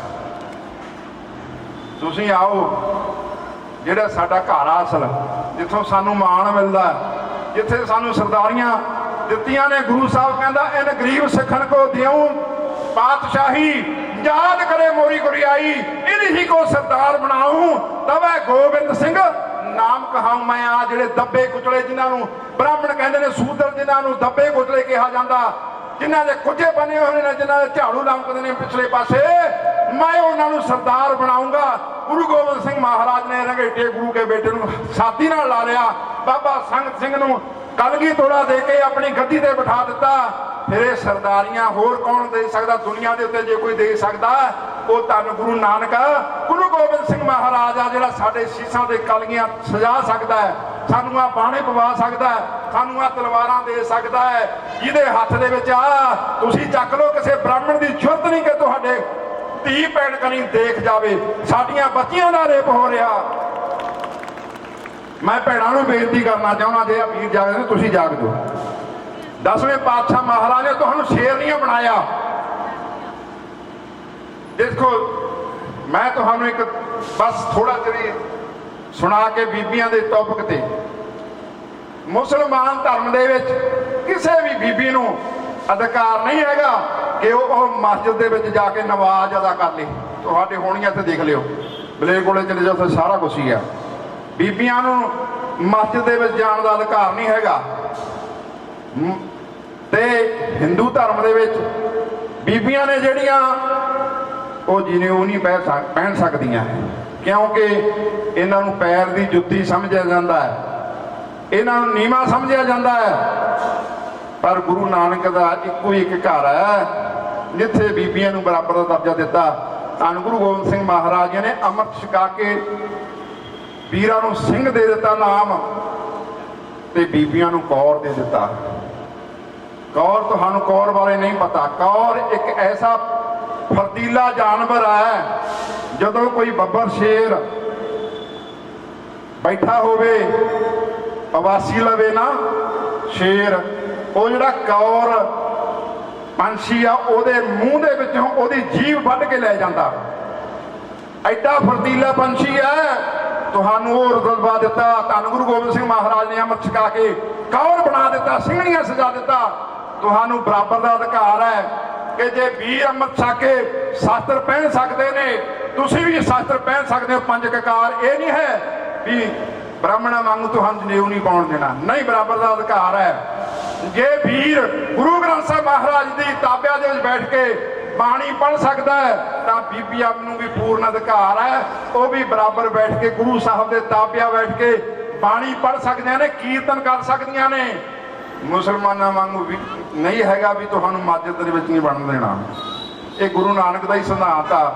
ਇਹ ਗੁਰੂ ਗੋਬਿੰਦ ਸਿੰਘ ਮਹਾਰਾਜ ਦਾ ਹੀ ਘਰ ਆ ਜਿੱਥੇ ਸਾਨੂੰ ਵਡਿਆਈਆਂ ਬਖਸ਼ਾਂ ਮਿਲੀਆਂ। ਬੇਗਮਪੁਰਾ ਸ਼ਹਿਰ ਕੋ ਨਾਓ, ਬੇਗਮਪੁਰੇ ਦਾ ਰਾਜ, ਭਗਤ ਰਵਿਦਾਸ ਜੀਆਂ ਨੇ ਕਿਹਾ ਬੇਗਮਪੁਰੇ ਦਾ ਰਾਜ, ਹਲੀਮੀ ਰਾਜ, ਖਾਲਸਾ ਰਾਜ ਇੱਕੋ ਹੀ ਗੱਲ ਆ, ਦੋ ਨਹੀਂ ਹੈਗੀਆਂ। ਉਹਦੇ ਵਿੱਚ ਬੇਗਮਪੁਰੇ ਦੇ ਵਿੱਚ ਕੀ ਆ? ਰਵਿਦਾਸ ਜੀਆਂ ਨੇ ਸਾਰਾ ਕੁਝ ਦਿੱਤੇ, ਸਾਰੇ ਇਕੱਠੇ ਵਸਣ, ਸਾਰਿਆਂ ਨੂੰ ਅੰਨ ਪਾਣੀ ਮਿਲੇ। ਜਿੱਥੇ ਸਾਰੇ ਇਕੱਠੇ ਵਸਣ ਉਹਨੂੰ ਕਹਿੰਦੇ ਆ ਬੇਗਮਪੁਰੇ ਦਾ ਰਾਜ, ਹਲੀਮੀ ਰਾਜ, ਜਿਹਦੇ ਵਿੱਚ ਕੋਈ ਵੀ ਊਚ ਨੀਚ ਭੇਦ ਭਾਵ ਨਾ ਹੋਵੇ। ਖਾਲਸਾ ਰਾਜ ਦਾ ਮਤਲਬ ਸ਼ੁੱਧ, ਇਹ ਨਹੀਂ ਹੈਗਾ ਵੀ ਉੱਥੇ ਜਿਹੜੇ ਸਿੱਖ ਨੇ ਉਹੀ ਵਸਣਗੇ, ਜਿਹਦੇ ਵਿੱਚ ਖਾਲਸਾ ਦਾ ਰਾਜ, ਖਾਲਸਾ ਪਿਓਰ, ਮਹਾਰਾਜਾ ਰਣਜੀਤ ਸਿੰਘ ਦਾ ਰਾਜ, ਜਿਹਦੇ ਵਿੱਚ ਸਾਰੀ ਕੋਈ ਜਗ੍ਹਾ ਤੇ ਵਸਦੇ ਸੀ, ਇਕੱਤਰ ਹੁੰਦੇ ਸੀ, ਕਿਸੇ ਨਾਲ ਭੇਦ ਭਾਵ ਨਹੀਂ ਸੀ, ਜਿਹਦੇ ਵਿੱਚ ਸਾਰਾ ਹੀ ਜਿਹੜਾ ਪੰਜਾਬ ਦੇ ਵਿੱਚ ਜੰਮਿਆ ਜਾਇਆ, ਚਾਹੇ ਮੁਸਲਮਾਨ ਆ, ਚਾਹੇ ਈਸਾਈ ਆ, ਚਾਹੇ ਹਿੰਦੂ ਆ, ਚਾਹੇ ਬੋਧੀ ਆ, ਚਾਹੇ ਲਿੰਗਾਇਤ ਆ, ਚਾਹੇ ਐਸਟੀ ਆ, OBC ਆ, ਸ਼ਡਿਊਲਡ ਕਾਸਟ ਆ, ਸ਼ਡਿਊਲਡ ਟ੍ਰਾਈਬ ਆ, ਜੈਂਟੀ ਆ, ਬਟੈਂਟੀ ਆ, ਸਾਰਾ ਕੁਛ ਸਾਰੇ ਕੋਈ ਨੇ, ਜਿਹੜਾ ਸਾਰਾ ਉਸ ਨੂੰ ਖਾਲਸਾ ਰਾਜ ਕਿਹਾ ਗਿਆ। ਇਸ ਕਰਕੇ ਸਾਨੂੰ ਜਾਗਣ ਦੀ ਲੋੜ ਆ। ਅਸੀਂ ਆਪਣੇ ਫਲਸਫੇ ਤੋਂ ਭੱਜ ਚੁੱਕੇ ਆ, ਅਸੀਂ ਕੋਹਾਂ ਦੂਰ ਹੋ ਗਏ। ਭਗਤ ਰਵਿਦਾਸ ਜੀ ਨੂੰ ਅਸੀਂ ਨਹੀਂ ਸਮਝਿਆ, ਡਾਕਟਰ ਅੰਬੇਡਕਰ ਸਾਹਿਬ ਨੂੰ ਅਸੀਂ ਨਹੀਂ ਸਮਝਿਆ, ਬਾਬੂ ਕਾਂਸੀ ਰਾਮ ਜੀ ਨੂੰ ਅਸੀਂ ਨਹੀਂ ਸਮਝਿਆ, ਹੋਰ ਸਮਝਾਂਗੇ ਕਿਹਨੂੰ? ਇਸ ਕਰਕੇ ਮੇਰੀ ਆਪ ਜੀ ਦੇ ਚਰਨਾਂ ਦੇ ਵਿੱਚ ਬੇਨਤੀ ਹੈ, ਜਿੱਥੇ ਮਰਜ਼ੀ ਬੁਲਾ ਲਿਓ, ਅਸੀਂ ਤਾਂ ਉੱਥੇ ਹੀ ਹਾਜ਼ਰ ਹੋ ਜਾਾਂਗੇ। ਪਰ ਇਕਜੁੱਟਤਾ ਦੇ ਨਾਲ ਜਿੰਨੀਆਂ ਵੀ ਭਾਰਤ ਦੇ ਵਿੱਚ ਘੱਟ ਗਿਣਤੀਆਂ ਨੇ, ਇਕੱਲੇ ਸਿੱਖਾਂ ਉੱਤੇ ਜ਼ਬਰ ਨਹੀਂ। ਅੱਜ ਸਾਨੂੰ ਸਾਰਿਆਂ ਨੂੰ ਜੇ ਇਕੱਲੇ ਲੜਾਂਗੇ ਤਾਂ ਸਾਨੂੰ ਕੁੱਟਣਗੇ, ਲੁੱਟਣਗੇ, ਪਰਚੇ ਪਾਉਣਗੇ, ਗੋਲੀ ਮਾਰਨਗੇ, ਜੇਲ੍ਹਾਂ ਸੁੱਟਣਗੇ। ਚਾਹੇ ਸਿੱਖੋ, ਚਾਹੇ ਮੁਸਲਮਾਨ ਹੋ, ਚਾਹੇ ਈਸਾਈਓ, ਚਾਹੇ ST OBC, scheduled caste, scheduled tribe, ਬੋਧੀ, ਜੈਨੀ, ਲਿੰਗਾਇਤ, ਸਾਰੇ ਜਿੰਨੀਆਂ ਵੀ ਕਮਿਊਨਿਟੀਆਂ ਨੇ ਭਾਰਤ ਦੀਆਂ, ਜਿੰਨਾ ਚਿਰ ਅਸੀਂ ਸਾਰੇ ਇਕੱਠੇ ਨਹੀਂ ਹੁੰਦੇ, ਦੇਖ ਲਓ ਤੁਹਾਡੇ ਨਾਲ ਕੀ ਬਣਦਾ। ਈਸਾਈਆਂ ਨਾਲ ਉੱਥੇ ਮਨੀਪੁਰ ਦੇ ਵਿੱਚ ਕੀ ਬਣਿਆ, ਬੀਬੀਆਂ ਨੂੰ ਨੰਗਨ ਕਰਕੇ ਘੁਮਾਇਆ ਗਿਆ, ਸਰੇਆਮ ਰੇਪ ਕੀਤਾ ਗਿਆ। ਸਾਡੀਆਂ ਬੀਬੀਆਂ ਦੇਖ ਲਓ ਯੂਪੀ ਦੇ ਵਿੱਚ, ਜਿੱਥੇ ਰਾਮ ਰਾਜ ਕਹਿੰਦੇ ਨੇ, ਧੀਆਂ ਭੈਣਾਂ ਨੂੰ ਬੇਪਤ ਕੀਤਾ ਜਾਂਦਾ। ਹਰ ਰੋਜ਼ ਸਾਡੇ ਜਿਹੜੇ SC ਸਮਾਜ ਦੇ ਲੋਕ ਨੇ ਉਹਨੂੰ ਕੁੱਟਿਆ ਮਾਰਿਆ ਜਾਂਦਾ। ਤੁਹਾਡੇ ਸਾਹਮਣੇ ਹਰ ਰੋਜ਼ ਕੋਈ ਨਾ ਕੋਈ ਆਉਂਦੀ ਰਹਿੰਦੀ ਹੈ ਕੈਸਟ। ਤੇ ਮੈਂ ਸਾਰਿਆਂ ਦਾ ਧੰਨਵਾਦ ਕਰਦਾ, ਜਿੰਨੀ ਵੀ ਇੱਥੇ ਟੀਮ ਬੈਠੀ ਆ, ਮੈਂ ਨਾਂ ਨਹੀਂ ਜਾਣਦਾ, ਸਾਰੇ ਸਤਿਕਾਰਯੋਗ ਹੋ, ਸਾਰਿਆਂ ਦਾ ਧੰਨਵਾਦ। ਆ ਵੀਰ ਜੀ ਹੁਣੀ ਖੜੇ ਨੇ, ਸਾਰਿਆਂ ਦਾ, ਜਿੰਨੀ ਵੀ ਤੁਸੀਂ ਸਾਡੇ ਸਮਾਜ ਦੇ ਲੋਕ ਆਏ ਹੋ, ਸਾਡੇ ਆਪਣੇ ਹੋ, ਡਰਿਆ ਨਾ ਕਰੋ। ਜੇ ਅਸੀਂ ਬਾਣਾ ਪਾ ਲਿਆ ਵੀ ਇਹ ਗੁਰੂ ਸਾਹਿਬ ਨੇ ਸਾਨੂੰ ਬਖਸ਼ਿਸ਼ ਕੀਤੀ ਆ, ਅਸੀਂ ਉਸ ਦੇ ਮਿਸ਼ਨ ਨੂੰ ਲੈ ਕੇ ਚੱਲੇ ਆ। ਅਸੀਂ ਸਾਰਿਆਂ ਦਾ ਸਤਿਕਾਰ ਕਰਨਾ, ਸਾਰਿਆਂ ਦਾ ਪਿਆਰ ਕਰਨਾ। ਸਾਡਾ ਦੁਸ਼ਮਣ ਇੱਕੋ ਹੀ ਆ, ਅਸੀਂ ਖਿੰਡੇ ਪੁੰਡੇ ਪਏ ਆ। ਜਦੋਂ ਅਸੀਂ ਸਮਝ ਗਏ ਇੱਕੇ ਦੇ ਵਿੱਚ ਆ ਗਏ, ਫਿਰ ਸਾਡੀ ਜਿੱਤ ਯਕੀਨੀ ਆ। ਫਿਰ ਜੇ ਆ ਇਲੈਕਸ਼ਨ ਉਹ ਜਿੱਤ ਗਏ ਨਾ, ਫਿਰ ਬਹੁਤ ਕੰਮ ਖਰਾਬ ਹੋਊਗਾ। ਨਾ ਮੁੜ ਕੇ ਦੁਬਾਰਾ ਇਲੈਕਸ਼ਨ ਹੋਣੀ ਆ। EVM ਨੂੰ ਵੀ ਅਸੀਂ ਕਹਿੰਦੇ ਇਹ ਬੈਨ ਹੋਣਾ ਚਾਹੀਦਾ, ਜਿਹਦੇ ਇਹ ਜਾੜਾ RSS BJP ਦੀ, ਇਹਨੂੰ ਵੀ ਤੁਰੰਤ ਇਹ 'ਤੇ ਬੈਨ ਲਗਾਇਆ ਜਾਵੇ। ਅਸੀਂ ਸਰਕਾਰ ਨੂੰ ਕਹਿੰਦੇ, ਪਰ ਸਰਕਾਰਾਂ ਤਾਂ ਉਹਨਾਂ ਦੀਆਂ ਸੁਣਾ ਕੌਣ। ਇਸ ਕਰਕੇ ਮੈਂ ਸਾਰਿਆਂ ਨੂੰ ਬੇਨਤੀ ਕਰਨਾ ਚਾਹੁੰਦਾ, ਆਓ ਏਕੇ ਦੇ ਵਿੱਚ ਆ ਕੇ ਇਕਜੁੱਟ ਹੋ ਕੇ ਆਪਾਂ ਉਸ ਮਿਸ਼ਨ ਨੂੰ ਅੱਗੇ ਵਧਾਈਏ, ਜਿਹਦੇ ਵਿੱਚ ਸਾਡਾ ਸਾਰਿਆਂ ਦਾ ਹੀ ਫਾਇਦਾ। ਸਾਡੇ ਇਹ ਭਾਰਤ ਪੰਜਾਬ ਫੇਰ ਹੀ ਵਸੂਗਾ ਜੇ ਅਸੀਂ ਏਕੇ ਦੇ ਵਿੱਚ ਆਵਾਂਗੇ। ਸਾਰਿਆਂ ਦਾ ਧੰਨਵਾਦ। ਜੇ ਕੋਈ ਗਲਤ ਕਿਸੇ ਨੂੰ ਕੋਈ ਸ਼ਬਦ ਲੱਗਿਆ ਹੋਵੇ, ਮੈਂ ਮਾਫੀ ਚਾਹੁੰਦਾ, ਖਿਮਾ ਜਾਚਕਾਂ, ਕਿਉਂਕਿ ਕੋਈ ਰੱਬ ਤਾਂ ਹੈ ਨਹੀਂ। ਬੋਲਦਿਆਂ ਤੋਂ ਬਹੁਤ ਭੁੱਲਾਂ ਹੋ ਜਾਂਦੀਆਂ ਨੇ। ਬਸ ਆਪ ਜੀ ਦੇ ਚਰਨ ਝਾੜਦੇ ਰਹੀਏ, ਸਾਡਾ ਸਮਾਜ ਚੜ੍ਹਦੀ ਕਲਾ ਦੇ ਵਿੱਚ ਆਵੇ, ਖਾਲਸਾ ਪੰਥ ਚੜ੍ਹਦੀ ਕਲਾ ਦੇ ਵਿੱਚ ਆਵੇ। ਜਦੋਂ ਅਸੀਂ ਗੁਰੂ ਦੇ ਮਿਸ਼ਨ ਨੂੰ, ਗੁਰੂ ਪਾਤਸ਼ਾਹ ਮਹਾਰਾਜ ਦੇ ਲੈ ਕੇ ਤੁਰਾਂਗੇ, ਫਿਰ ਸਾਨੂੰ ਕੋਈ ਵੀ ਅੜਚਣ ਨਹੀਂ ਆਊਗੀ। ਪਰ ਮਨ ਸਾਫ਼ ਹੋਣਾ ਚਾਹੀਦਾ। ਜਦੋਂ ਮਨ ਦੇ ਵਿੱਚ ਬੇਈਮਾਨੀਆਂ ਨੇ, ਜਿਨ੍ਹਾਂ ਨੂੰ MP ਬਣਾਇਆ, ਜਿਨ੍ਹਾਂ ਨੂੰ ਤੁਸੀਂ MLA ਬਣਾਇਆ, ਉਹਨਾਂ ਨੇ ਕਦੇ ਵੀ ਸਾਡੇ ਸਮਾਜ ਦੀ ਬਾਂਹ ਨਹੀਂ ਫੜੀ। ਸਿਰਫ ਆਪਣੇ ਢਿੱਡ ਪਾਲੇ ਨੇ, ਆਪਣੇ ਹੀ ਪਰਿਵਾਰ ਨੂੰ ਪਾਲਿਆ ਹੈ। ਕੁਰਸੀਆਂ ਦੀਆਂ ਮੌਜਾਂ ਲੁੱਟੀਆਂ ਨੇ। ਹੁਣ ਤੁਸੀਂ ਦੇਖਣਾ ਵੀ ਤੁਸੀਂ ਕੀ ਕਰਨਾ। ਭੁੱਲਾਂ ਚੁੱਕਾਂ ਦੀ ਖਿਮਾ। ਵਾਹਿਗੁਰੂ ਜੀ ਕਾ ਖਾਲਸਾ, ਵਾਹਿਗੁਰੂ ਜੀ ਕੀ ਫਤਿਹ। ਬਹੁਤ ਬਹੁਤ ਧੰਨਵਾਦ ਜੀ ਰਾਜਾ ਰਾਜ ਸਿੰਘ ਜੀ ਦਾ, ਜਿਨ੍ਹਾਂ ਨੇ ਆਪਣੇ ਬਹੁਤ ਹੀ ਜਸ਼ੀਲੇ ਭਾਸ਼ਣ ਦੇ ਨਾਲ ਇੱਕ ਚੈਲੰਜ ਵੀ ਕੀਤਾ ਤੇ ਸਾਰਿਆਂ ਨੂੰ ਬੇਨਤੀ ਵੀ ਕੀਤੀ ਹੈ ਕਿ ਆਉਣ ਵਾਲੇ ਸਮੇਂ ਵਿੱਚ EVM ਦਾ ਬਾਈਕਾਟ ਕੀਤਾ ਜਾਵੇ। ਸਾਡੇ ਵਿਚਕਾਰ ਡਾਕਟਰ ਜਸ਼ ਬਾਘਾ ਜੀ ਗੁਰੂ ਰਵਿਦਾਸ ਟਾਈਗਰ ਫੋਰਸ ਤੋਂ ਪਹੁੰਚ ਗਏ ਹਨ, ਉਹਨਾਂ ਦਾ ਬਹੁਤ ਬਹੁਤ ਧੰਨਵਾਦ ਕਰਦੇ ਹਾਂ। ਐਡਵੋਕੇਟ ਰਣਦੀਪ ਕਹਿਲੇ ਜੀ, ਧਰਮਪਾਲ ਲੀਲ ਜੀ, ਹਰਦੇਵ ਸਿੰਘ ਖਾਲਸਾ ਜੀ ਕਪੂਰਥਲਾ ਤੋਂ ਸਾਡੇ ਵਿਚਕਾਰ ਆਏ ਹਨ, ਬਹੁਤ ਬਹੁਤ ਧੰਨਵਾਦ ਕਰਦੇ ਹਾਂ। ਕਾਫੀ ਆਪਣੇ ਸਾਥੀਆਂ ਨਾਲ ਦੂਰੋਂ ਚੱਲ ਕੇ ਆਏ ਹਨ। ਰਾਮਦਿਆਲ ਮਸ਼ਾਣਾ ਜੀ, ਮਦਨ ਲਾਲ ਜੀ ਸਮਰਾਏ ਜੀ ਸਾਡੇ ਵਿਚਕਾਰ ਆਏ ਹਨ। ਰਮੇਸ਼ ਕੌਰ ਜੀ ਸਾਡੇ ਬਹੁਜਨ ਸਮਾਜ ਪਾਰਟੀ ਤੋਂ ਸਾਡੇ ਵਿਚਕਾਰ ਆਏ ਹਨ, ਬਹੁਤ ਬਹੁਤ ਧੰਨਵਾਦ ਕਰਦੇ ਹਾਂ। ਕਿਉਂਕਿ ਜਿਵੇਂ ਕਿ ਬਾਬਾ ਜੀ ਨੇ ਗੱਲ ਕੀਤੀ ਹੈ ਕਿ ਸਾਨੂੰ ਸਾਰਿਆਂ ਨੂੰ ਇਕਜੁੱਟ ਹੋਣਾ ਚਾਹੀਦਾ ਹੈ। BJP ਗੌਰਮੈਂਟ ਦੇ ਉੱਥੇ ਹੱਥ ਖੜੇ ਕਰਾਏ ਹੋਏ ਇਕੱਲਿਆਂ ਨੇ। ਉੱਥੇ UP ਦੇ ਵਿੱਚ ਇਹਨਾਂ ਨੂੰ ਕਈ ਵਾਰ ਮਾਰਨ ਦੀਆਂ ਵੀ ਧਮਕੀਆਂ ਮਿਲਦੀਆਂ, ਕਈ ਵਾਰ ਅਰੈਸਟ ਕਰਨ ਦੀਆਂ ਵੀ ਧਮਕੀਆਂ ਮਿਲਦੀਆਂ। ਇਹ ਸਾਡੀ ਭੈਣ ਸਾਡੇ ਵਿਚਕਾਰ ਆਈ ਹੈ ਚੱਲ ਕੇ। ਹੁਣ ਆਪਣੀ ਸਿਹਤ ਖਰਾਬ ਹੋਣ ਦੇ ਬਾਵਜੂਦ ਵੀ ਸਾਡੇ ਵਿੱਚ ਆਏ ਹਨ। ਅਸੀਂ ਉਹਨਾਂ ਦਾ ਧੰਨਵਾਦ ਕਰਦੇ ਹਾਂ ਤੇ ਮੈਂ ਉਹਨਾਂ ਨੂੰ ਬੇਨਤੀ ਕਰਦਾ ਕਿ ਉਹ ਆਪਣੇ ਸ਼ਬਦ ਆਪ ਜੀ ਦੇ ਰੂਬਰੂ ਕਰਨਗੇ। ਦੀਦੀ ਨਰਦੇਵ ਸਿੰਘ ਜੀ। लोगों को और समस्त पंजाब को ही मैं यहाँ से नमन भेजती हूँ। जय भीम, जय भारत। मंच पर उपस्थित ताराराम मीणा जी, राष्ट्रीय मूल निवासी संघ के राष्ट्रीय अध्यक्ष, संगठन राष्ट्रीय मूल निवासी संघ ਵੱਲੋਂ ਧੰਨਵਾਦ ਕਰਦੇ ਹਾਂ ਤੇ ਉਹਨਾਂ ਨੂੰ ਇੱਕ ਯਾਦਗਾਰ ਚਿੰਨ੍ਹ ਦੇਣਾ ਚਾਹੁੰਦੇ ਹਾਂ, ਕਿਉਂਕਿ ਭਾਰਤ ਦਾ ਸੰਵਿਧਾਨ ਸਭ ਤੋਂ ਉੱਤਮ ਹੈ। ਇਸ ਕਰਕੇ ਅਸੀਂ ਉਸ ਦੀ ਉਹਨਾਂ ਨੂੰ ਪੋਰਟਰੇਟ ਦਿੱਤਾ ਹੈ ਤੇ ਉਹਨਾਂ ਦਾ ਇੱਥੇ ਧੰਨਵਾਦ ਵੀ ਕਰਦੇ ਹਾਂ ਤੇ ਬਾਕੀ ਸਾਥੀ ਰੁਕਣਗੇ ਤੇ ਉਹਨਾਂ ਦਾ ਅਗਲਾ ਜੋ ਪ੍ਰੋਗਰਾਮ ਹੈ ਉਹ ਨਿੱਕੇ ਦੇ ਮੁਤਾਬਕ ਚੱਲਣਗੇ। ਹੁਣ ਮੈਂ ਭੈਣ ਜੀ ਨੂੰ ਬੇਨਤੀ ਕਰਾਂਗਾ कि वो अपने बोलेंगे। जी नरेश सिंह जी। देखकर और आप सबके बीच में बैठकर गौरवान्वित महसूस कर रही हूँ कि आप जानी मानी शख्सियत अपने अपने क्षेत्र में बहुत अच्छे से लोगों को जागरूक करने का काम और बाबा साहब के मिशन को आगे बढ़ाने की जद्दोजहद में लगे हुए हैं। उसी की छोटी सी सिपाही मैं खुद को भी मानती हूँ। और पंडाल में उपस्थित आप सभी को भी आभार व्यक्त करती हूँ कि आप धूप में बैठे हैं, सामने सर पे पड़ रही है, आंखों में आ रही है, सीधे मैं यहीं बैठ के मुझे नींद आने लगी, लेकिन आप वहाँ डटे पड़े हैं। तो इसके लिए आप एक बार जोरदार तालियां अपने अपने लिए बजाइए कि ऐसे लोग जो वास्तव में जब श्रोता दमदार हो तो वक्तव्य अच्छा आता है और मेरे जैसे बीमार पड़े हुए लोग भी खड़े हो जाते हैं। तो इसके लिए शुक्रिया। बाबा साहब डॉक्टर अम्बेडकर कोई फैशन का नाम नहीं जो 6 महीना या 2 महीने में चेंज होता रहे, वो क्रांति का आगाज है, क्रांति का नाम है। इसलिए ये सदियों सदियों चलने वाली विचारधारा हमारे बीच में जब तक रहेगी तब तक हम समानता की चाहत रखेंगे, क्योंकि समानता में ही बाबा साहब समाहित है, हमारी जागरूकता में ही बाबा साहब समाहित है। बाबा साहब हमें नहीं लगता कि कहीं गए हुए हैं या वो यहाँ नहीं हैं। जब जब हम एकजुट होते हैं, जब जब हम एक दूसरे के प्रति समर्पित होते हैं, सहयोगी होते हैं, तब तब उस भाव में बाबा साहब हमारे बीच में मौजूद होते हैं। और इसी भावना के तहत चलते इस कार्यक्रम को आयोजित किया गया। मैं आशा मूल निवासी जी का भी आभार व्यक्त करूंगी और निंदर अंबेडकर जी और मेरी साथी, मेरी प्रिय दोस्त की तरह कृष्ण रानी जी, यहाँ पर मेरे बड़े भाई हनी एडवोकेट हनी पाजी यहाँ हैं उपस्थित, उनका भी आभार व्यक्त करूँगी। तो जिनके नाम नहीं ले पाई हूँ उसके लिए क्षमा, क्योंकि नाम याद नहीं आ रहे हैं आधे।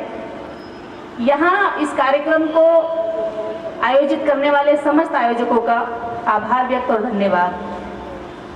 बात करते हैं, मैं ईवीएम से शुरू करूंगी क्योंकि काफ़ी चीज़ों पर बोल चुके हैं, ईवीएम पर अभी रह गया है।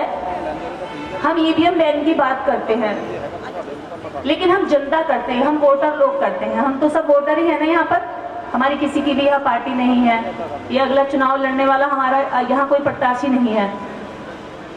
हम वोटर तो बात करते हैं कि ईवीएम बैन होनी चाहिए, लेकिन राजनीतिक पार्टियां इस पर चुप रहती हैं। यदि पक्ष में बैठी पार्टी ईवीएम का गलत यूज कर रही है तो विपक्ष को इस पे जोरदार तरीके से विरोध करना चाहिए और मांग उठानी चाहिए। लेकिन उनकी सुस्ती देख करके लगता है कि कहीं ना कहीं उन्हें भी इसमें लालच दिखाई देता कि कभी हमारा मौका आएगा तो हम भी इसी तरह की चोरी करके सत्ता में आ जाएंगे। पर उन्हें यह समझ नहीं आता कि तुम्हें आने देंगे वो तभी तो आओगे, वो पहले ही मौका सेट करके रखे हुए हैं अपना। तो ईवीएम जहां से बनी, जहां से चली, वहां बैलेट पे चुनाव होता है, लेकिन हमारे यहाँ जो बैलेट पे चुनाव होता था, आज बैलेट छोड़कर मशीन से चुनाव किया जाता है।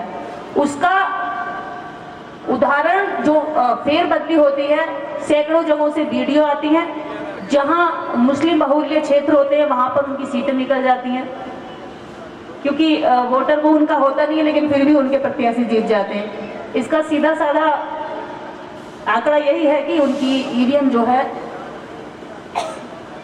राजनीति में ईवीएम में उनकी जान है।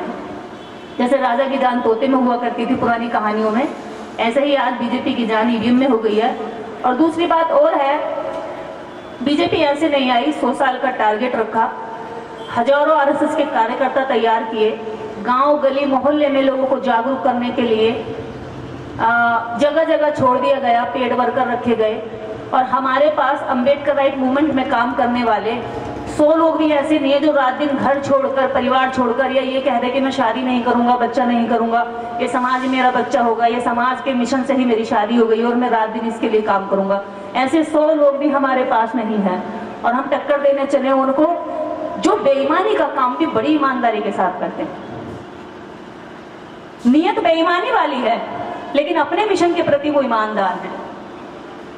हमारा मिशन ईमानदार है, लेकिन हमारी मिशन के प्रति नियत बेईमान होती है। फर्क है दोनों बातों में। उनका नालायक, अनपढ़, कूपढ़ लड़का भी, अपाहिज, एकदम नंगपना दिखाने वाला, जो घरों में बहुओं पे नजर रखता हो, ऐसा भी वो हमारे समाज में पूजनीय हो जाता है। कमंडल लेके निकल पड़ता है, लगा लेता है यहाँ पे धुनी, पहन लेता है वस्त्र, भगवान भला करेगा, बस इतनी बात से हम खुश हो जाते हैं और अपनी जेब से पूरे दिन का कमाया हुआ पैसा वहां डाल देते हैं। हमारे यहाँ का शिक्षित भी, आईएएस भी, बिजनेस पर्सन भी उनके बनाए हुए उस ढोंग पर माथा टेकने चला जाता है जिसको वो तुमसे व्यापार करने के लिए बनाते हैं। हमें जागरण कराना आसान लगता है, लेकिन सामाजिक कार्यक्रम कराना बड़ा मुश्किल लगता है। हमें वैष्णो देवी की यात्रा करना बड़ा आसान लगता है, लेकिन घर के ही बाहर हो रहे सामाजिक कार्यक्रम में जाकर कुर्सी पर बैठना बड़ा मुश्किल लगता है।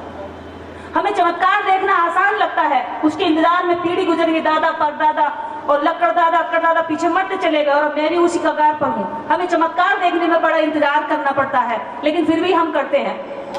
पर हम उस चमत्कार को नहीं देखते जो कई हजार वर्ष का चमत्कार, एड़ी रगड़कर मरने वाले झोपड़ी झुग्गियों में लोग, उनको आज ऐसी कुर्सियों पर बैठा दिया और मेरे जैसों को मंच पर ला दिया। बाबा साहब डॉक्टर अम्बेडकर का चमत्कार हम नहीं देखना चाहते। हमारे रास्ते में रोड ब्रेकर देखिए आपने, ब्रेकर होते हैं, गाड़ी तेज जाती है तो ब्रेकर देखकर स्पीड कम हो जाती है।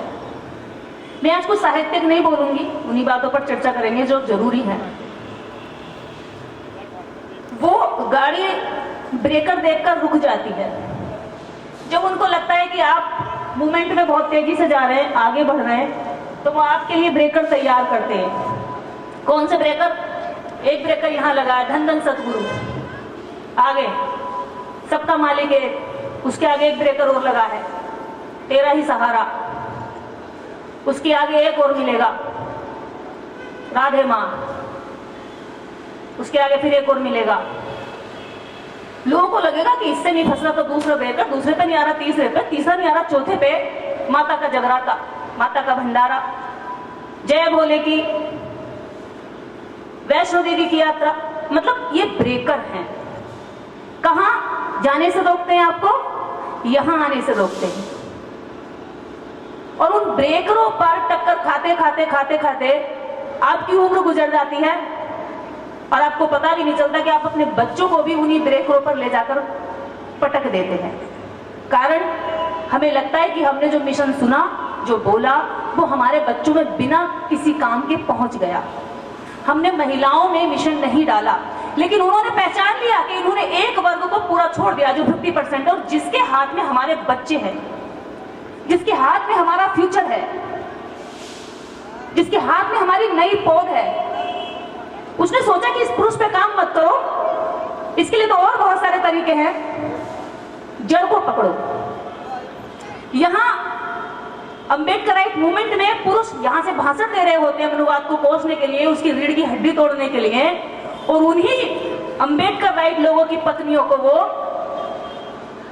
वहां जागरण में, कीर्तन में और सत्संग में सेवा दिलवा रहे होते। कैसे रीढ़ की हड्डी तोड़ दो? तुम्हारी रीढ़ की हड्डी तो खुद उनके हाथ में, भाषण से रीढ़ की हड्डी नहीं टूटेगी। अपनी तो पहले बचा लो, उनकी तो तुम बाद में तोड़ोगे। जब महिला मनुवादी हो गई, पाखंडी हो गई, आडंबरवादी हो गई, तो तुम बच्चे को रोक नहीं पाओगे किसी भी कीमत में, क्योंकि संस्कार सुबह से शाम तक मां देती है बच्चे को। आप अगर बड़े होकर उसे समझाएंगे तो आपको टाइम लगेगा। हम फिर कह रहे हैं, अगर अम्बेडकराइट मूवमेंट को जमीन से और जरूरी तरीके से अगर आपको लगता है कि ये मिशन पहुंचना चाहिए, तो अपने घर की महिलाओं में लेकर जाओ। आपने अगर एक महिला को समझा दिया, सबने अपनी अपनी महिला को समझा दिया, तो हर घर में कैडर खुद हो रहा होगा। हमें इन सभाओं की ज्यादा मेहनत करनी नहीं पड़ेगी। मैं मेरे बच्चों को खुद समझा सकती हूँ, उसे सभाओं की जरूरत नहीं पड़ेगी। उसके लिए कोई किसी को अपना जीवन कुर्बान करना नहीं पड़ेगा। हाँ, क्रांति हमेशा होती रहेगी, क्योंकि दो ऐसे विचार हैं इस भारत में, जो एक अपराध करने पर बचाव चाहता है और एक अपने ऊपर अपराध रोकना चाहता है। वो अपराध करने के बाद भी उसको पुरस्कृत कर देते हैं। यहाँ समाज का काम करने वाले लोगों को भी हमारे समाज के लोग पुरस्कृत कर देते हैं कि अरे कहीं लालच में निकला होगा कोई इसका अपना लालच, ऐसी थोड़ी घूमता फिर रहा है, ऐसी थोड़ी चप्पल घिसता फिर रहा है। सिद्धि में उसने, दुबे ने एक आदिवासी के मुंह पर पेशाब कर दिया, 15 लाख रुपए का इनाम मिला उसको। 15 लाख रुपए उसको देकर आए। किस काम के लिए? ये कौन सा बड़ा काम था भाई? देवरिया यूपी में यादव के घर को पूरा कत्लेआम कर दिया एक ब्राह्मण ने। उसको लगभग कई करोड़ रुपए का उसको राहत देकर आए, आर्थिक रूप से, मानसिक रूप से, हर तरह से। हमारे यहाँ पर सच्चा काम करने वाला यदि थोड़ी सी मुसीबत में अभी फंस जाए तो उसको अनदेखा कर देंगे, ऐसा टीन का चश्मा पहन लेंगे कि दिखता ही नहीं है वो आदमी। पहले हमें खुद को ट्रेनिंग लेनी पड़ेगी, पहले हमें खुद सीखना पड़ेगा। ये छोटी चीजें हैं, बेसिक चीजें हैं, और इनके बिना हम किसी भी मूवमेंट को सफल नहीं कर सकते। हमें जानना पड़ेगा कि हमारे पैसे की असली जरूरत कहाँ है। हमारे पैसे की असली जरूरत ऐसे मंचों के लिए है, हमारे विचार की असली जरूरत हमारी महिलाओं को है, जहां से वो परवरिश करके हमारे बच्चों को उनके लिए बना रही है तैयार। बाद में पुरुष बड़े मजबूर होकर दिखाते हैं कि हम तो बड़े मजबूर है बहन जी, कुछ कह ही नहीं सकते, घर में झगड़े हो जाएंगे। परेशानियां हैं, आपस में झगड़े हैं। महिला कहती है मैं जाऊंगी बाबा के रोक के दिखा, पति कहता कि नहीं मेरी माँ है घर में बीमार, उसकी सेवा कर ले, कि नहीं मैं तो बाबा की करूंगी, क्योंकि तेरी माँ की सेवा करके तो मुझे कुछ पुण्य मिलना नहीं है, बाबा के पैर दबा के मिलना है। बाबा के यहाँ पे मैं घास भी छील दूंगी, बाबा के यहाँ मैं फावड़ा भी चला दूंगी, बाबा के पैर भी दबा दूंगी, लेकिन तेरी माँ का सर भी नहीं दबाऊंगी। क्यों? क्योंकि उन्हें बता दिया गया कि यहाँ करने से पुण्य मिलता है और वहां कुछ भी करने से नहीं मिलता है। जबकि सास की सेवा करने से पूरी संपत्ति मिल गई, उसकी सेवा करने से भले उसने कोई ईंट न दी हो, लेकिन वहां सेवा करती हैं। कारण कि इनको बताया नहीं है कि तुम्हारी असली सेवा की जरूरत कहाँ है, तुम्हारा असली मूवमेंट कहाँ है, तुम्हारे बच्चों की सुरक्षा कहाँ है, उनका सम्मान कहाँ है। हमें हमारे लोगों की कदर करनी चाहिए, हमें हमारे मूवमेंट के रिस्पेक्ट करनी चाहिए। हम सच्चाई को भी इतना डर के बोलते हैं बिना कॉन्फिडेंस के कि सामने वाला दुश्मन हम पर हावी हो जाता है, और वो झूठ को भी डंके की चोट पर बार बार बोलते हैं इतने कॉन्फिडेंस के साथ कि हमारे आदमी को घबरा के और डरा के पीछे कर देता है। अपनी बात रखना सीखिए, अपना मुंह खोलना सीखिए, बोलना सीखिए, अपने अधिकारों के हिसाब लेना सीखिए। अगर हक हकूक का हिसाब नहीं लोगे तो ये पूरी गुलाम मानी जाएगी, इसको छीन लिया जाएगा। और वो ये सोच चुके हैं कि ये समाज तो ऐसा ही है, इसका कुछ भी छीन लो। पहले सुई चुका कर देख रहे और बाद में बहुत सारा छीन कर ले जाते हैं। संविधान पर लगातार हमला कर करके शुरू में उन्होंने चेक किया था कि कोई सड़क छाप पृथ्वी जला रहा, फिर कोई और जला रहा, कोई उनको पागल कहकर छोड़ दिया गया। लेकिन उसके बाद सरकार में बैठे हुए लोग इस बात को कहने लगे, क्योंकि उन्हें पता था कि ये ना इनका कोई रिएक्शन नहीं आया। हम जैसे लोगों ने उसमें आंदोलन किया, हमें जेल हुई कि संविधान को क्यों छुआ, लेकिन उसकी किसी पर आवाज तक नहीं गई। वो हम तब चिल्ला रहे थे, 2018 की बात है, लेकिन तब ज्यादा सीरियस नहीं लिया। उसके बाद में जब एक साथ चीजों को देखा गया तो लोगों में फड़फड़ाहट फैली कि संविधान बचाना चाहिए। और आज उसके ये नतीजे हैं, गली मोहल्ले जिले और स्टेट में ये कार्यक्रम हो रहे हैं। अच्छी बात है, लेकिन हम जब जागते हैं, जब हमारे ऊपर से कोई चादर उठा के भाग जाता और एक बाल्टी पानी फेंक जाता, तब हमारी आंख खुलती है। उससे पहले हमें लगता है अभी तो बहुत बढ़िया चल रहा है। सपनों की दुनिया से निकलना पड़ेगा। बाबा साहब डॉक्टर अम्बेडकर की कुर्बानियों को यूं जाया ना जाने दो, क्योंकि उन्होंने इसलिए कुर्बानियां नहीं दी थी कि ये समाज बैठा रहे, सोता रहे। इसलिए दी थी कि ये समाज इन कुर्बानियों के चलते जितना मैंने दिया इसके आगे ये बढ़ाए। हमने बढ़ाया कुछ नहीं है, जो वो देकर गए थे वो हमने खत्म किया। वो संविधान से नफरत नहीं करते, संविधान तो इससे पहले भी था मनुस्मृति का, उसे क्यों मोहब्बत करते हैं? उस संविधान के आर्टिकल 14 से नफरत करते हैं, आर्टिकल 19 से नफरत करते हैं, आर्टिकल 21 से नफरत करते हैं। क्यों? क्योंकि तुम्हें समानता का अधिकार देता है, तुम्हें जीवन जीने का अधिकार देता है। पहले तुम्हारी भूस की झोपड़ियों को फूंक कर, मार कर तुम्हारे कंकाल मिल जाते थे, कोई कार्रवाई नहीं होती थी। पहले तुम्हें शिक्षा के लिए दरवाजे नहीं खुले होते थे और तुम दरवाजों के अंदर जाने की हिम्मत भी नहीं करते थे, इसलिए उन्हें वो पहला वाला संविधान अच्छा लगता था। आज तुम स्कूलों के अंदर जाने लगे हो, अपनी कॉलेज और यूनिवर्सिटी बनाने लगे हो, इसलिए वो तुम्हें पसंद नहीं करते। संविधान से दिक्कत नहीं है, संविधान के कुछ आर्टिकल उनकी नजर में उन्हें चुभते हैं, जो आर्टिकल हमें उनके बराबर में खड़ा होने की और बोलने की जो आजादी देते हैं वो उनके लिए चुभन का काम है। और उनको लगातार धीरे धीरे धीरे धीरे वो आरक्षण से नफरत करते हैं। खुद ईडब्ल्यूएस का 10% लेते हैं। बहुत सारे लोग आपके सामने मिलते होंगे कहते हुए कि अब आर्थिक आधार पर आरक्षण होना चाहिए, जातीय आधार पर नहीं होना चाहिए। तो उन लोगों को जवाब देना कि जब जातियां खत्म हो गई और जातीय आधार पर आरक्षण नहीं होना चाहिए तो ठीक है, कल से तुम पूजा पाठ छोड़ करके गटर साफ करना शुरू कर दो, क्योंकि कर्म के आधार पर जातियां थी ना। तो कर्म सबसे बड़ा है, तो फिर तुम पूजा क्यों करते हो भैया? तुम अगर दारू पीकर आ रहे हो तो तुम फिर भी पंडित जी, हम सूट बूट पहन करके और शिक्षा दीक्षा लेकर आ रहे हैं तो तब भी हम चमार जी चूड़े जी चमार जी नहीं बन सकते। क्यों? हमारे नाम के पीछे जी क्यों नहीं लगता? क्योंकि तुम अभी तक हमें बोलते आओगे एरे, एबे, ओबे, बे, रे, इससे हमें संबोधित करते हैं। तो तुम्हारी अब आदत में नहीं है कि तुम हमें जी बोलो। पर भारतीय संविधान ने कहा कि नहीं, यहाँ अपमानित नहीं कर सकते, जाति सूचक शब्द नहीं बोल सकते, गाली नहीं दे सकते। तो उनका जो भड़ास है वो अंदर रहती है, दबते हैं, घुटते हैं, उन्हें लगता है कि हम खुलकर नहीं जी पा रहे हैं। इस संविधान की वजह से वो उस तरह से नहीं जी पा रहे जिस तरह से वो जीना चाहते हैं। वास्तव में उनके साथ अन्याय हुआ है, इसमें कोई दोष नहीं है। उनके अपने रहबर ने उनके लिए बहुत बढ़िया लिखा था, लेकिन आपके रहबर ने आपके लिए भी बहुत बढ़िया लिखा।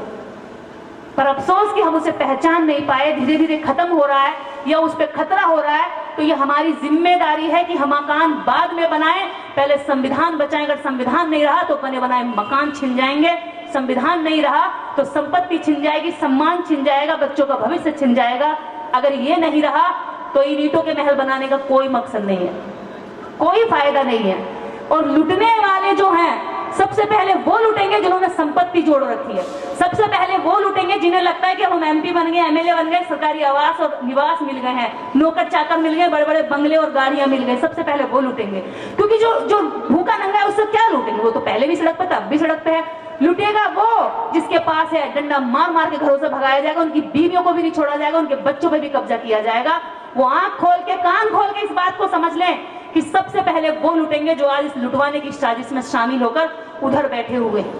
और आज वो सारे लोग उस तरह से रोल निभा रहे हैं जैसे बाबा साहेब डॉक्टर अंबेडकर, जब ये बंटवारा हो रहा था भारत का और पाकिस्तान का, तब बाबा साहब अंबेडकर ने 40,000 एकड़ भूमि में से 40 कुछ भूमि इन दलितों और अछूतों के लिए मांगी थी कि ये अगर जाटों को दे दी गई सारी जमीन, क्योंकि कुछ मुसलमान जब यहाँ से गए थे तो अपनी जमीन छोड़ गए थे, और उधर से कुछ सिख यहाँ आए थे जो जाट रहे थे, उनकी जमीनों के लिए जब आवंटन की बात आई तो बाबा साहब ने कहा कि अछूतों के लिए भी, दलितों के लिए भी कुछ जमीन का आवंटन होना चाहिए। अगर ऐसा नहीं होता है तो ये लोग फिर इन जाटों की जमीनों पर बंधुआ मजदूर बन जाएंगे, खेती हर नहीं हो, अपने मालिक नहीं बन पाएंगे, इनके यहाँ इनको बेगारी करनी पड़ेगी।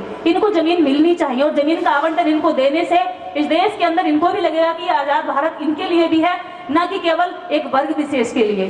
तो इस आवंटन के लिए बाबा साहब अम्बेडकर जोरदार तरीके से उस समय पैरवी कर रहे थे, और जाटों के नेताओं ने धमकी दे दी पंडित जवाहरलाल नेहरू को कि यदि आप जाटों को ये भूमि नहीं देते हैं पूरी की पूरी, तो ये जाट चोरी करेंगे, चकारी करेंगे, सड़कों पर रक्तपात होगा, इसलिए इनको दे दो जमीन, वरना मैं इन्हें रोक नहीं पाऊंगा। इस तरह की धमकियां दे करके पूरी जमीन हड़प ली।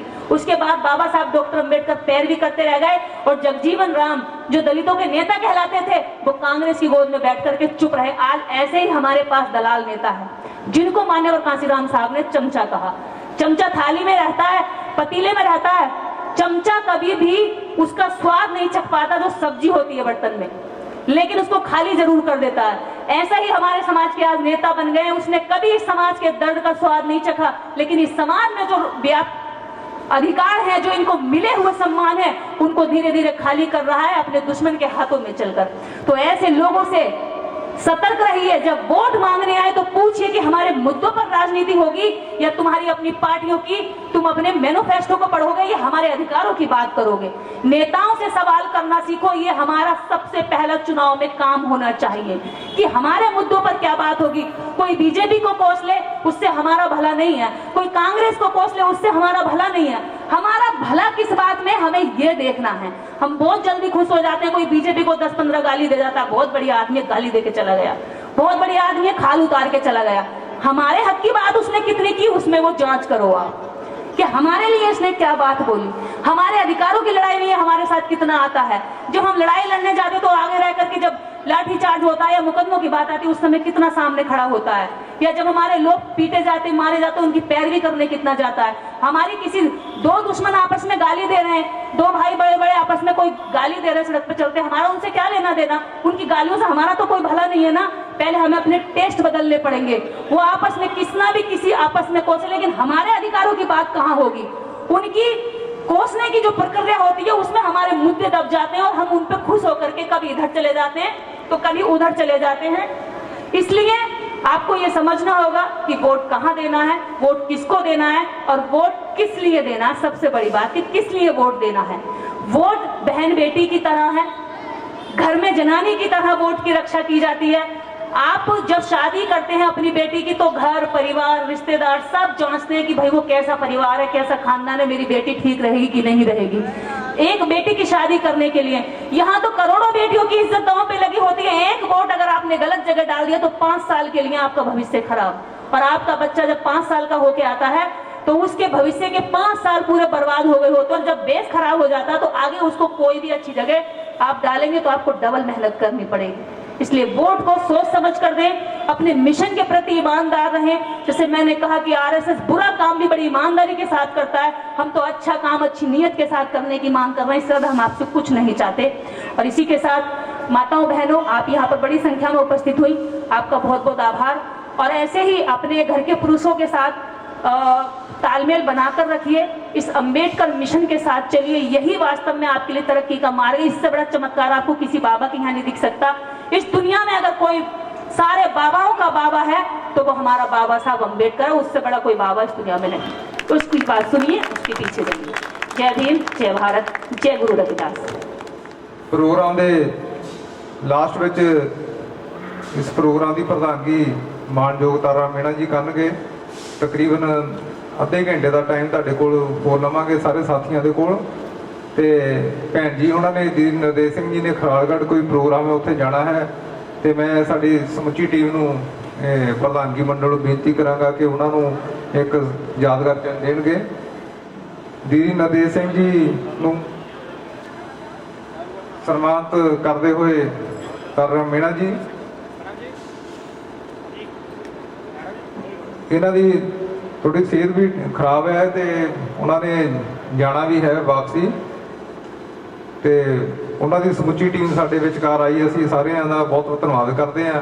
ਜਿੰਨੀਆਂ ਵੀ ਮੇਰੇ ਇਸ ਪੰਡਾਲ ਵਿੱਚ ਭੈਣਾਂ ਵੀਰ ਆਏ ਆ, ਮੈਂ ਉਹਨਾਂ ਨੂੰ ਇੱਕ ਗੱਲ ਦੱਸਣਾ ਚਾਹੁੰਦੀ, ਜ਼ਿਆਦਾ ਟਾਈਮ ਨਹੀਂ ਲਵਾਂਗੀ ਕਿਉਂਕਿ 17 ਸਤੰਬਰ ਨੂੰ ਦਿੱਲੀ ਜੰਤਰ ਮੰਤਰ ਤੇ ਸਾਡਾ ਪ੍ਰੋਗਰਾਮ ਸੀ ਕਿ ਸਾਨੂੰ 5 ਕਿਲੋ ਫ੍ਰੀ ਦੀ ਕਣਕ ਨਹੀਂ ਚਾਹੀਦੀ, ਸਾਨੂੰ 5 ਏਕੜ ਜ਼ਮੀਨ ਚਾਹੀਦੀ ਆ।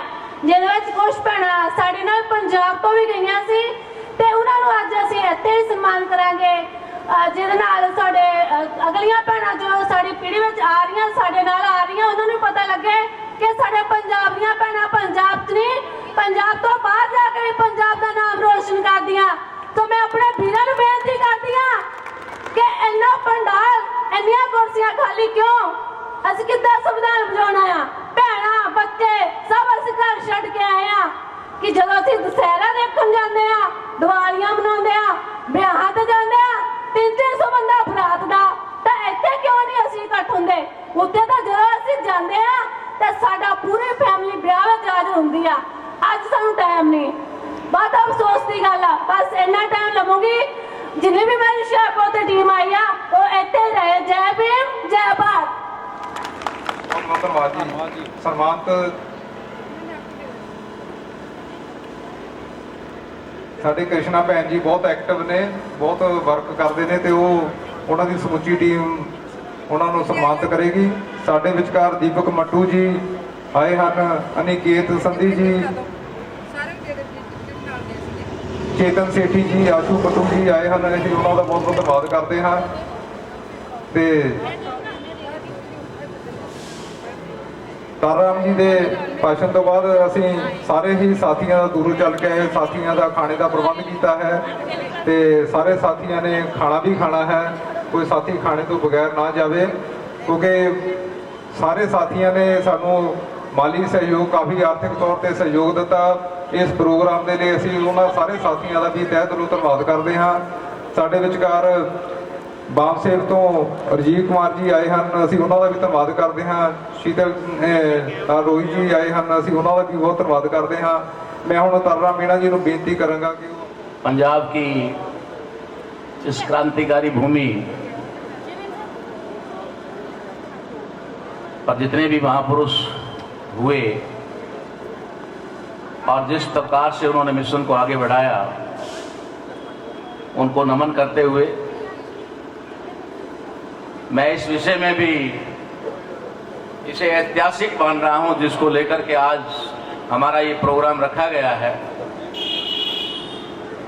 क्योंकि भारतीय संविधान बचाओ और मूल रूप से लागू करो, इस अभियान की जो शुरुआत 2010 में हमने आगरा से की थी, मगर उसकी सोच, उसका सारा प्लानिंग इसी पंजाब के फगवाड़ा, जहां आप कार्यक्रम में बैठे हुए हैं, इसी फगवाड़ा से तय हुआ था। और उसके बाद ये कार्यक्रम ना रुका ना झुका, और आज देश के अंदर चाहे वो सामाजिक संगठन हो, चाहे वो राजनीतिक संगठन हो, चाहे वो दुश्मनों के संगठन हो, चाहे वो मीडिया, हर प्रकार का मीडिया हो, खास करके सोशल मीडिया, वहां पर भारतीय संविधान की गूंज दिखाई दे रही है। तो हमें इस अभियान के तहत आज हमारा कारवा यहां तक आया, तो सबसे पहले तो मैं अपनी बात शुरू करूं तो काफी लोगों ने यहां बताया है कि संविधान क्या है। संविधान को हम जिस दृष्टि से, जिस नजरिए से देखेंगे, हमें वैसा ही नजर आएगा। भारत का संविधान हमारे पढ़े लिखे एम्प्लॉयज लोगों को रिजर्वेशन के रूप में दिखाई देता है, धार्मिक लोगों को धार्मिक स्वतंत्रता की तरह दिखाई देता है, कुछ कानून के विशेषज्ञों को ये कानून के और आर्टिकल के रूप में दिखाई देता है। मगर साथियों, भारत का संविधान यहां तक सीमित नहीं है। भारत के संविधान के अंदर जो सोच है, उसकी कल्पना भी साधारण लोगों के बस की बात नहीं है। बाबा साहब अंबेडकर ने जो संविधान हमें दिया, हाँ, बहुत सारी चीजें थी जिसमें वे भी मजबूर थे, फिर भी उन्होंने एक ऐसी व्यवस्था कायम की, जो व्यवस्था या जिस व्यवस्था के तहत भारत विश्व गुरु कहलाता था, जिस व्यवस्था की वजह से भारत सोने की चिड़िया था, और जिस व्यवस्था की वजह से भारत में घी दूध की नदियां बहती थी। एक ऐसी व्यवस्था जिस व्यवस्था को हमारे दुश्मनों ने खत्म किया, और उन्होंने अपनी व्यवस्था को इस देश के अंदर लागू किया, जिसे हम असमानता वाली व्यवस्था कहते हैं, भेदभाव, ऊंच नीच वाली व्यवस्था कहते हैं, अमानवतावादी व्यवस्था कहते हैं। तो भारत के संविधान के माध्यम से बाबा साहब अंबेडकर ने उस व्यवस्था को कायम किया जो कभी इस देश के अंदर समानता, भाईचारे और न्याय स्वतंत्रता पर आधारित थी। हम लोग भारतीय संविधान 26 नवंबर को मनाते हैं। 26 नवंबर को इस बार का हमारा राष्ट्रीय स्तर का प्रोग्राम जोधपुर में रखा गया है। इसलिए 26 नवंबर के उपलक्ष्य में आज 19 तारीख को यह कार्यक्रम यहां रखा गया। तो 26 नवंबर संविधान दिवस, और संविधान दिवस के रूप में 65 साल बाद इस देश के अंदर संविधान दिवस मनाने के लिए इन्हीं सरकारों को अगर मजबूर किसी ने किया 2015 में, तो राष्ट्रीय मूल निवासी संघ और उसके समवैचारिक संगठनों ने किया। यहां तक कि राष्ट्रपति उस समय के प्रणब मुखर्जी को यह कहना पड़ा था कि 65 साल बाद भारत में भारतीय संविधान दिवस मनाया गया। भारत का संविधान 26 जनवरी 1950 को लागू हुआ और उसे इस देश के अंदर रिपब्लिक डे के रूप में मनाया जाता है, गणतंत्र दिवस के रूप में मनाया जाता है। संविधान लागू हुआ, इसका मतलब है कि जिस दिन संविधान हुआ उसे अगर रिपब्लिक डे कहा जाता है, अगर उसे गणतंत्र दिवस कहा जाता है, तो क्यों कहा जाता है? क्योंकि हजारों साल बाद इस देश के अंदर लोकतंत्रात्मक गणराज्य की, यानी कि गण व्यवस्था की स्थापना हुई। ये मात्र इसलिए नहीं है कि हम 2-4 आर्टिकलों की बात कर लें, 2-4 आर्टिकल्स में हमारे अधिकार क्या है उनकी बात करके हम सीमित हो जाएं। हमारे लोग तो संविधान की बात करते हैं, संविधान के बारे में बड़ी दुआई देते हैं, संविधान के विशेषज्ञ भी अपने आप को बताते हैं, लेकिन जब संबोधन का मामला आता है तो हिंदुस्तान से संबोधित करते हैं। यानी उनको अपने संविधान के पहले ही आर्टिकल का मीनिंग पता नहीं है, जहां बाबा साहब ने लिखकर लॉक कर दिया कि इंडिया दैट इज भारत, इसके अलावा इसका कोई तीसरा नाम नहीं है। फिर भी हमारे लोग मंचों पर से, और दुश्मन तो हमेशा हिंदुस्तान कह करके भारतीय संविधान के आर्टिकल 1 का उल्लंघन करते हैं। तो ये संविधान सिर्फ और सिर्फ हमारे अधिकारों तक का मामला नहीं है। इस देश के अंदर जो हमारी भारत के इंडिजीनियस पीपल, यानी भारत के मूल निवासी, मूल भारतीय, मूल निवासी लोगों का जो व्यवस्था थी, गण व्यवस्था, उस गण व्यवस्था की पुनर्स्थापना है। ये कोई साधारण मामला नहीं है, ये कोई आपके बंगले टाई कोट का या गाड़ी का मामला नहीं है, ये कोई आपके पद और उसका मामला नहीं है। ये एक बहुत बड़ी सोच बाबा साहब अम्बेडकर ने रखी, और जिन लोगों की वो व्यवस्था थी, जिसको बाबा साहब अम्बेडकर ने उखाड़ कर फेंका और हमारे पुरखों की उस गण व्यवस्था को लोकतंत्रात्मक गणराज्य बनाने का जो काम किया, उससे वे लोग संतुष्ट नहीं थे और होंगे भी नहीं। स्वाभाविक है, वो क्यों होंगे? जिन लोगों ने सदियों तक इस देश को अपना गुलाम बनाकर रखा, इस देश की जनता को जो जो उनकी मर्जी आई वैसे नाम देते गए और गुलाम बना करके नीच और हीन भावना से उनको रखा गया, तो वो लोग समानता की बात को कब मानने वाले हैं? इसलिए साथियों, संविधान बचाना क्यों है और बचाना किससे है, ये दो बातें बहुत महत्वपूर्ण हैं। बचाना क्यों है और बचाना किससे है। हमें बहुत सारे लोग कहते रहते हैं कि संविधान को बचाने से क्या हो जाएगा, संविधान की वजह से तो दुश्मन मजबूत हुआ है।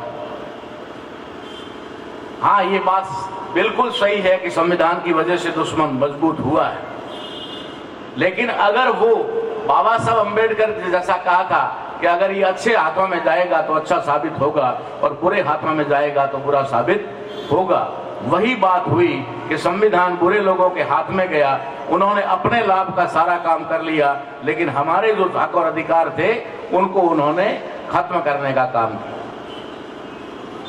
तो हमें संविधान को बचाना और उसकी मूल भावना को लागू करना।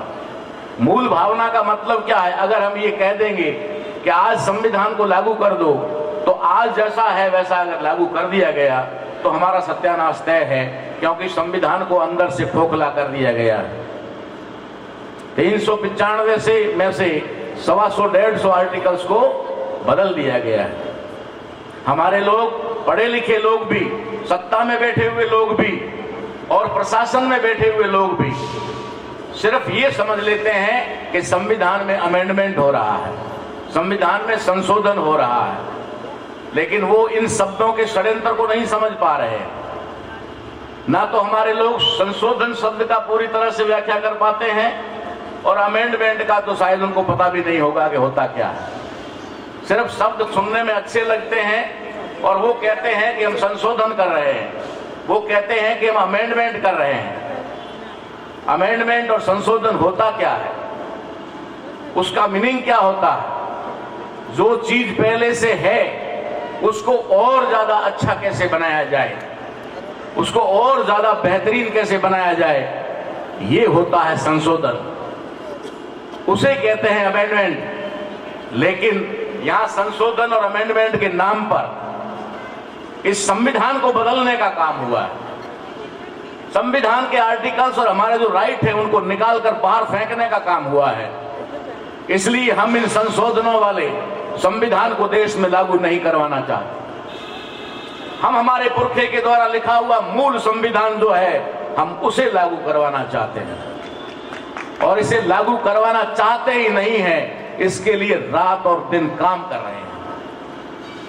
हम अपनी बड़ाई या अपना बखान करने के लिए यहां नहीं आए। हमने जो काम किया है वो काम सामने है आप लोगों को।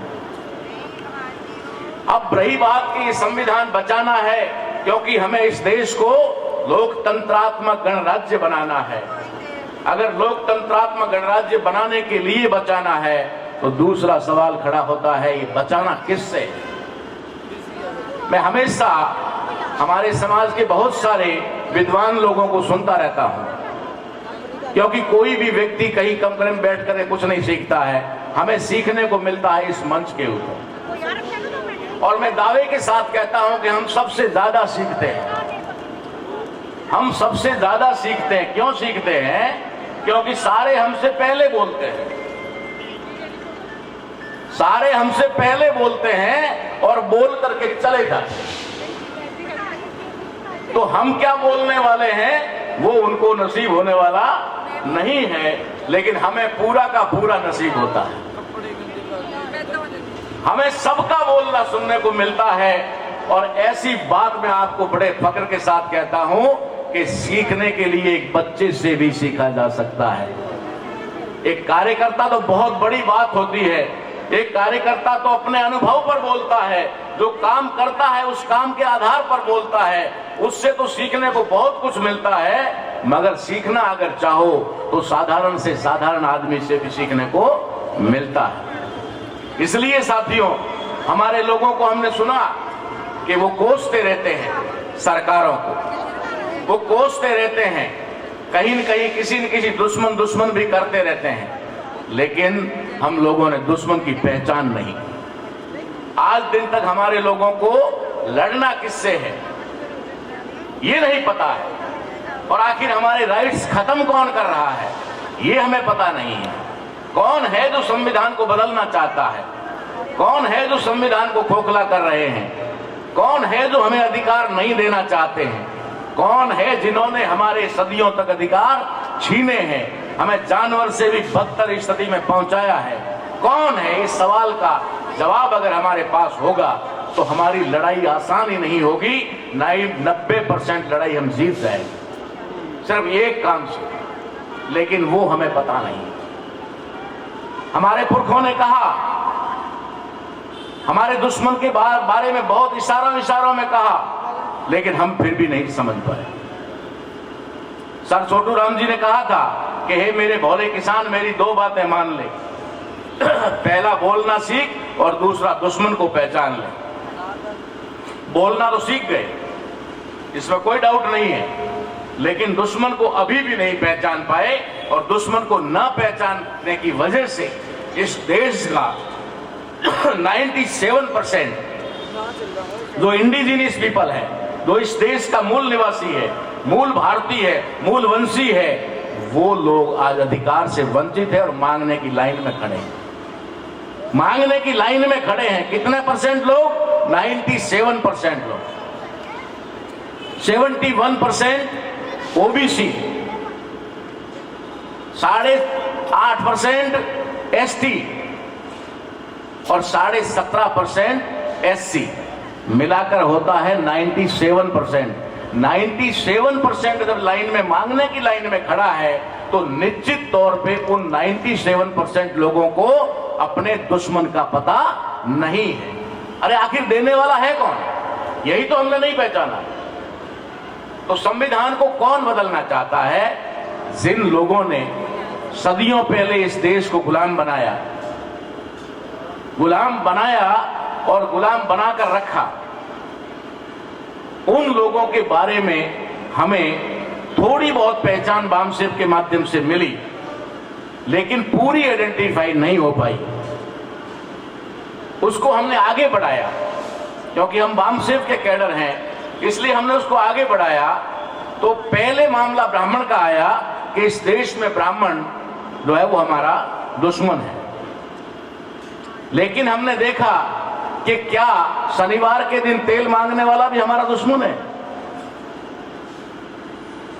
क्या हमारे समाज में भीख मांगने खाने वाली जो जातियां हैं, स्वामी गिरिपुरी नाथ, ऐसी बहुत सारी जातियां हैं, क्या वो भी ब्राह्मण और विदेशी है? तो हमें बारीकी से अध्ययन करना पड़ा। जब बारीकी से अध्ययन किया तो साथियों हमने दुश्मन को सामने लाया, क्योंकि देश के अंदर जातिवाद, ब्राह्मणवाद, मनुवाद, भेदभाव, ऊंच नीच, अत्याचार, बलात्कार, ये सारे परिणाम हैं। ये परिणाम है, ये कारण नहीं है। कोई कारण है जिसकी वजह से ये परिणाम है, तो कारण हमने ढूंढा कि इस देश के अंदर जातिवाद से भी बढ़कर के अगर कुछ है तो वो है नस्लवाद। नस्लवाद अंग्रेजी में कहते हैं रेशियल सिस्टम, रेस के आधार पर। तो इस देश में रेस यानी कि नस्ल का भेद है, दो नस्लों की लड़ाई है।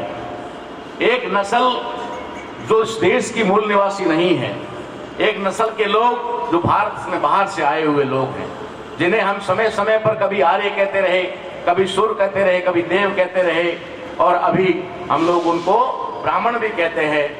लेकिन उनकी नस्ल क्या है, उस रेस को हमने निकाला, बड़ी बारीकी से खोजबीन करके, छानबीन करके निकाला। तो वो रेस हमारे सामने आई कि ये लोग यहूदी हैं, ये यहूदी हैं। मौलाना साहब को मैं धन्यवाद करता हूं कि उन्होंने इस बात को बड़ी मतलब जोरदार तरीके से यहां पर रखा, और आज पूरे देश के विद्वान इस पर खोज में लगे हुए हैं। भारत के अंदर भी बहुत सारे विद्वानों ने इस बात को पकड़ा है और वो इस बात के ऊपर अपना जो काम कर रहे हैं।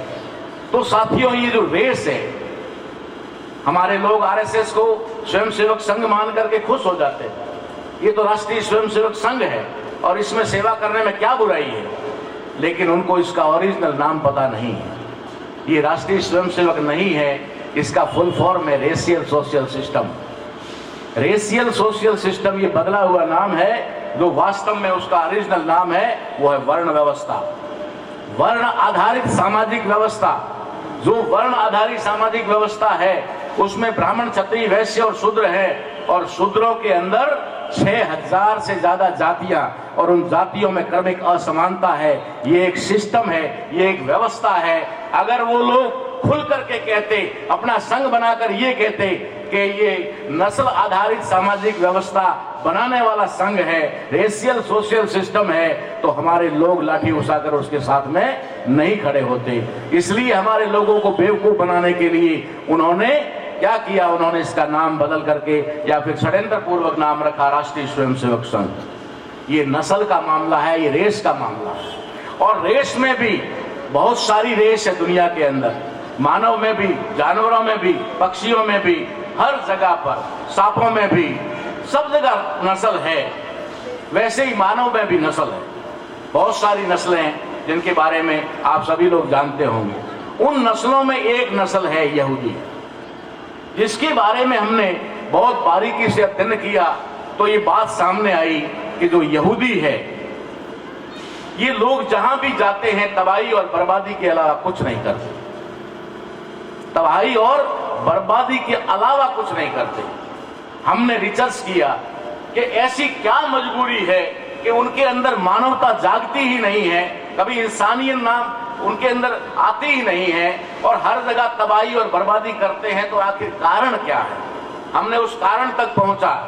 हम कारण तक पहुंचे तो कारण क्या सामने आया कि उनके जो भी उस समय के प्रोफेट या मुखिया थे यहूदियों के, उन्होंने कहा कि तुम दुनिया में श्रेष्ठ लोग, तुम दुनिया में श्रेष्ठ हो और तुम्हें अपनी श्रेष्ठता बनाए रखना है, श्रेष्ठता को बरकरार रखना है। इसलिए उन्होंने अपने उस मुखिए का, अपने प्रोफेट का, अपने पैगंबर का बात को ध्यान में रखते हुए उन्होंने जहां भी गए हम अपने आप को श्रेष्ठ रखने की कोशिश की, और इस श्रेष्ठ रखने की कोशिश ने ही उनके अलावा जितने भी नस्ल के लोग हैं उनको दबाने का काम किया। ये दुनिया में साफ है कि अगर आप ऊपर रहना चाहते हो तो किसी न किसी को नीचे दबाना पड़ेगा। वो अपनी श्रेष्ठता बनाए रखने के लिए उन्होंने ये काम किया और हमारे लोगों को नीच घोषित किया, गुलाम बनाया। तो वे लोग भारत के अंदर आज भी रूप बदल करके हमारे बीच में है। हमारे लोग कहते हैं ना कि संविधान खतरे में है और संविधान खतरे में रहेगा। बिल्कुल रहेगा, मैं भी मानता हूं कि वो रहेगा, लेकिन मैं ये भी जानता हूं कि कब तक रहेगा, ये खतरे में कब तक रहेगा। जब तक भारत में यहूदी रहेगा तब तक आपका संविधान ही नहीं, आपका अस्तित्व, आपकी पीढ़ियां, आपके आने वाले जनरेशन बच्चे, आपका सब कुछ जो है वो खतरे में रहेगा जब तक यहूदी रहेगा। अब ये यहूदी करता क्या है, ये किस प्रकार से, मैं आपको सिर्फ और सिर्फ समाधान बताता हूं। कारण तो बहुत लोगों ने बता दी और बहुत सारी चर्चा पहले हो चुकी। मैं सिर्फ ये बताना चाहता हूं कि दुश्मन हम लोगों को किस प्रकार से गुलाम बनाता है।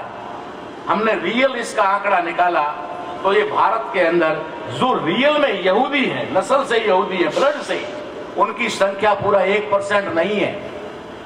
आप सुनकर हैरान हो जाओगे। कांसीराम साहब ने जब 15% का मामला कहा था तो 15% लोग कौन थे?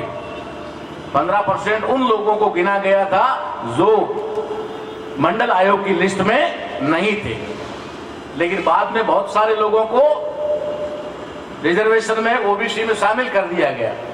तो आज की तारीख में जो आंकड़ा है उस आंकड़े के अनुसार जो तथाकथित सवर्ण बचे हैं वो 3% है, और 3% में जो विदेशी नस्ल के लोग हैं वो मात्र 1% है।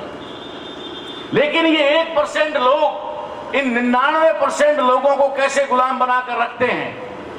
हम जिन क्षत्रियों की बात करते हैं, जिन राजपूतों की बात करते हैं, और हम कभी कभी कह भी देते हैं कि वो हमारे साथ अत्याचार करते हैं, और करते भी हैं, इसमें भी कोई डाउट नहीं है, करते भी हैं। लेकिन क्या आप जानते हैं कि वो हमारे साथ अत्याचार क्यों करते हैं, किसके कहने पर करते हैं? और जो शक्तिशाली क्षत्रिय या राजपूत अपने आप को राजपूत और क्षत्रिय कहते हैं, वे लोग भी गुलाम हैं। ये डंके की चोट पे कहता हूं, वो लोग भी ब्राह्मण के गुलाम है।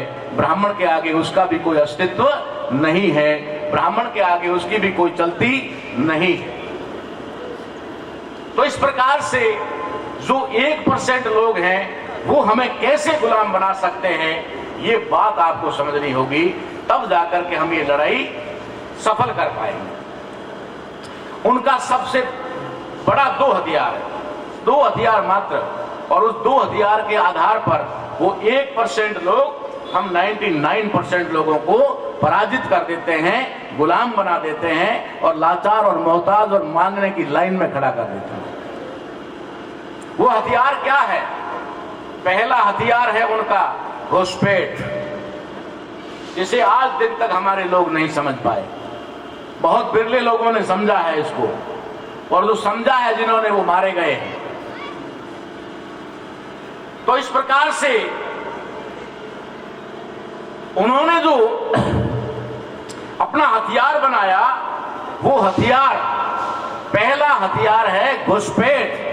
वो आपके बीच में घुसता है, आपका अपना बन के घुसता है, भेष बदल करके घुसता है, मुस्लिम में मुसलमान बन के घुसता है, सिख में पगड़ी बांध के घुसता है, क्रिश्चियन में वहां पर अपने भेष बदल कर घुसता है। हर जगह वो भेष बदल करके घुसता है, घुसपैठ करता है।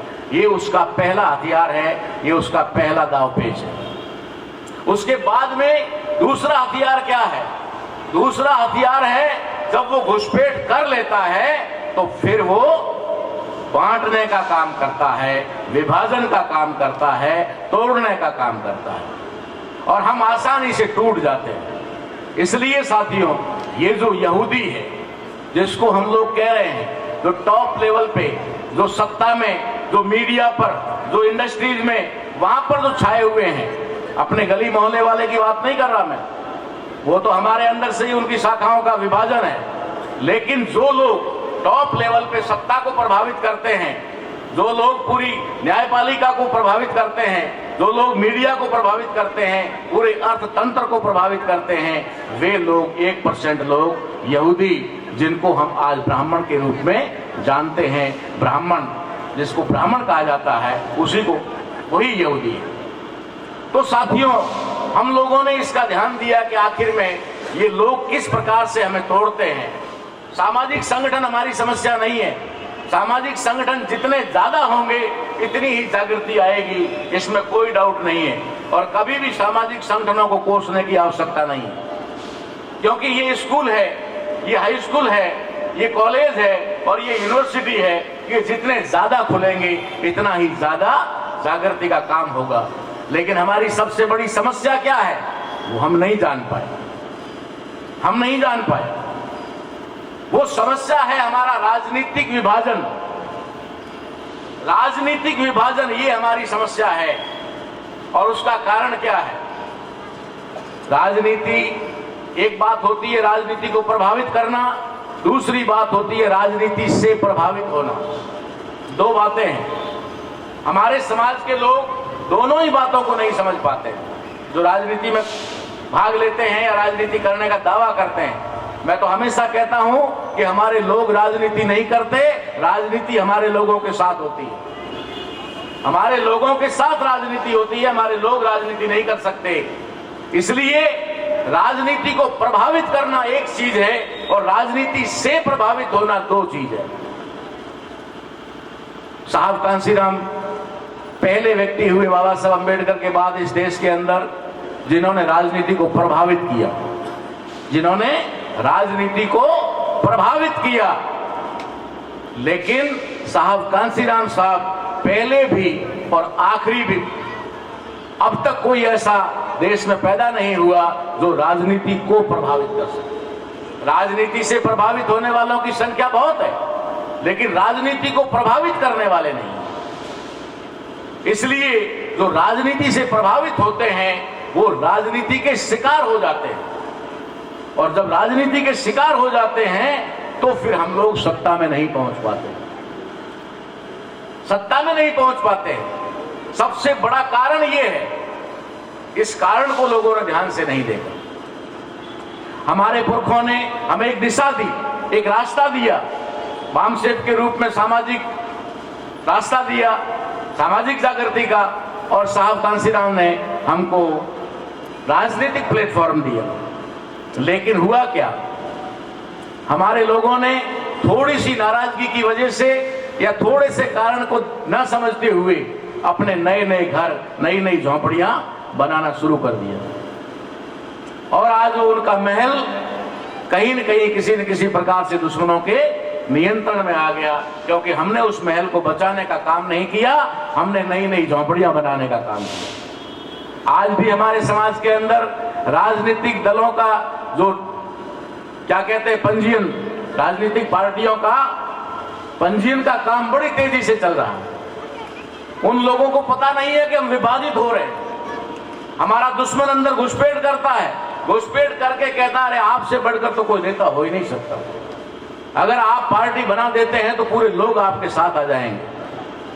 वो राजनीतिक पार्टी बना देते हैं और पहला चुनाव होने के बाद पता चलता है कि एमएलए में 150 और 200 वोट मिल रहे हैं कैंडिडेट को, एमपी के अंदर 250, 200, 300 वोट मिल रहे हैं। ये किसने किया? ये हमारे दुश्मन ने अंदर घुस करके तोड़ने का काम किया। हम टूट गए और हम पॉलिटिकल में विभाजित हो गए। विभाजित होने की वजह से हमारा वोट डिवाइड हो गया। डिवाइड हो गया तो हम लोग कमजोर हो गए।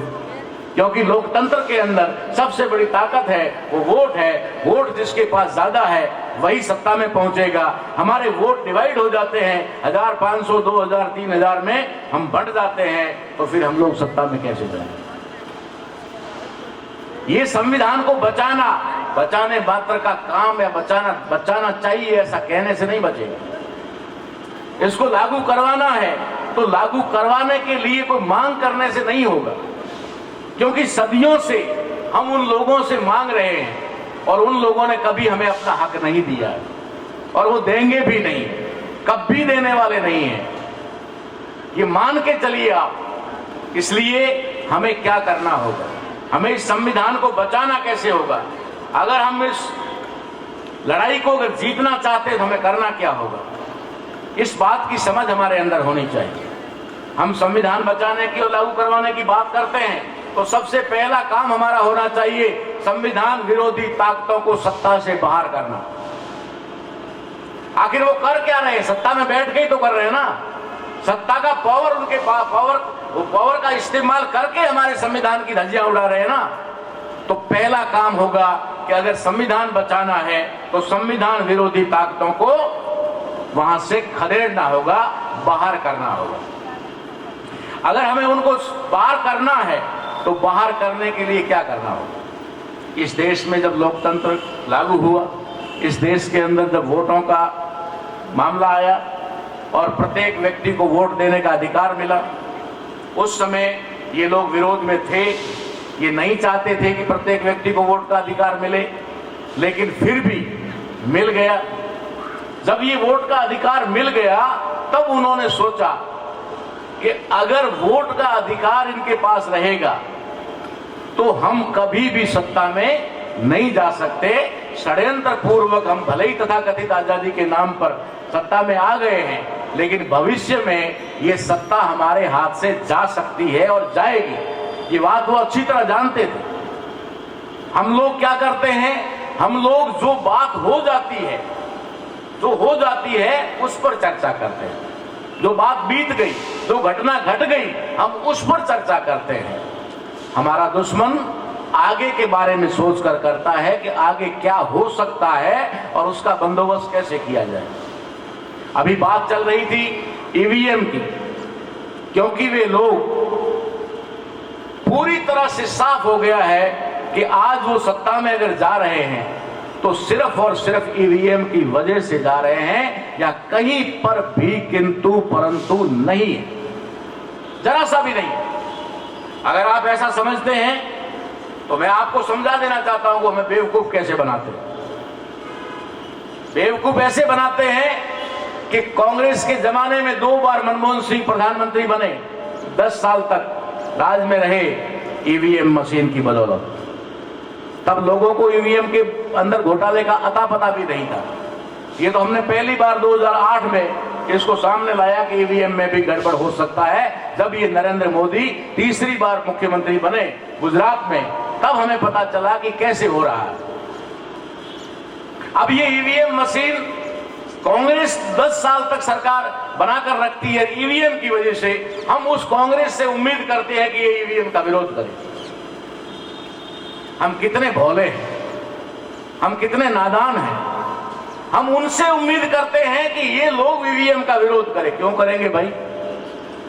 10 साल का मोदी जी का टाइम पूरा हो गया। अभी आने वाले समय में कांग्रेस आ रही है, धड़ल्ले से आ रही है। आप खुश हो जाएंगे कि हमने मोदी को हटा दिया, हमने बीजेपी को हटा दिया, लेकिन उनका एक हाथ जो है वो आपके जूते मारते मारते मारते मारते थक गया, उसको पीछे कर दिया। अब दूसरे हाथ से शुरू होगा। हम लोग समझेंगे हमने उस हाथ को पीछे कर दिया। ये हमारी गलतफहमी है कि हम कांग्रेस और बीजेपी को अलग मानते हैं। कांग्रेस और बीजेपी अलग नहीं है, ये दोनों ही पार्टियां ब्राह्मणों द्वारा नियंत्रित पार्टी है। आज बहुजन समाज पार्टी पे ठप्पा है ना कि ये चमारों की पार्टी है, ठप्पा है। मुलायम सिंह की पार्टी पर यादवों का ठप्पा है। गुजरात के अंदर छोटू भाई वसावा की पार्टी पर आदिवासी होने का ठप्पा है। जिसने भी पार्टी बनाई, नीतीश कुमार ने पार्टी बनाई, कुर्मी का ठप्पा है। लालू जी ने पार्टी बनाई तो यादव का ठप्पा है। जगह जगह पर उन क्षेत्रीय पार्टियों को उन्होंने जाति पार्टी बनाया। लेकिन कांग्रेस और बीजेपी दोनों पार्टियां ब्राह्मण की है, कहीं पर भी ठप्पा नहीं है। तो ये ईवीएम मशीन बदनाम ना हो, इसके लिए भी हम बहुत कंफ्यूजन है। 24 घंटे समाज में रहते हैं, हमें पता है। पहली बार ईवीएम मशीन से नरेंद्र मोदी की सरकार बनी, यूपी को उन्होंने अपने कब्जे में लिया, तो उन्होंने क्या किया, ईवीएम मशीन का दाग धोने के लिए उन्होंने दिल्ली केजरीवाल को दे दिया, दिल्ली केजरीवाल को दे दिया और कह दिया कि ईवीएम मशीन में गड़बड़ नहीं हो सकता। ईवीएम मशीन में गड़बड़ होता तो दिल्ली सरकार बीजेपी की होती। देखो ईवीएम में गड़बड़ नहीं है, इसलिए बीजेपी हार गई। ईवीएम का पूरा जो दाग था वो धुल गया। दोबारा 19 में सरकार बनाई। 19 में सरकार बनाने के बाद में फिर मामला उठा कि ये तो ईवीएम द्वारा बनी हुई सरकार है, तो उन्होंने पंजाब कहा कि ले भाई झाड़ू वाले केजरीवाल, ये पंजाब तू रख ले, क्योंकि यहां तो हमारा वैसे भी ज्यादा चलता है नहीं। पंजाब केजरीवाल को दे दिया और ईवीएम का दाग धो दिया। ऐसा ही अभी भी हो सकता है, अभी भी ऐसा हो सकता है। हमें उस खतरे को भूलना नहीं चाहिए कि ऐसा नहीं हो सकता। अभी 5 राज्यों में चुनाव है, वहां पर भी वो लोग ऐसा कर सकते हैं, क्योंकि अगर उन्हें सत्ता में दोबारा आना है तो, और अगर बाई द वे ना आए तो फिर बी पार्टी को वापस लाएंगे।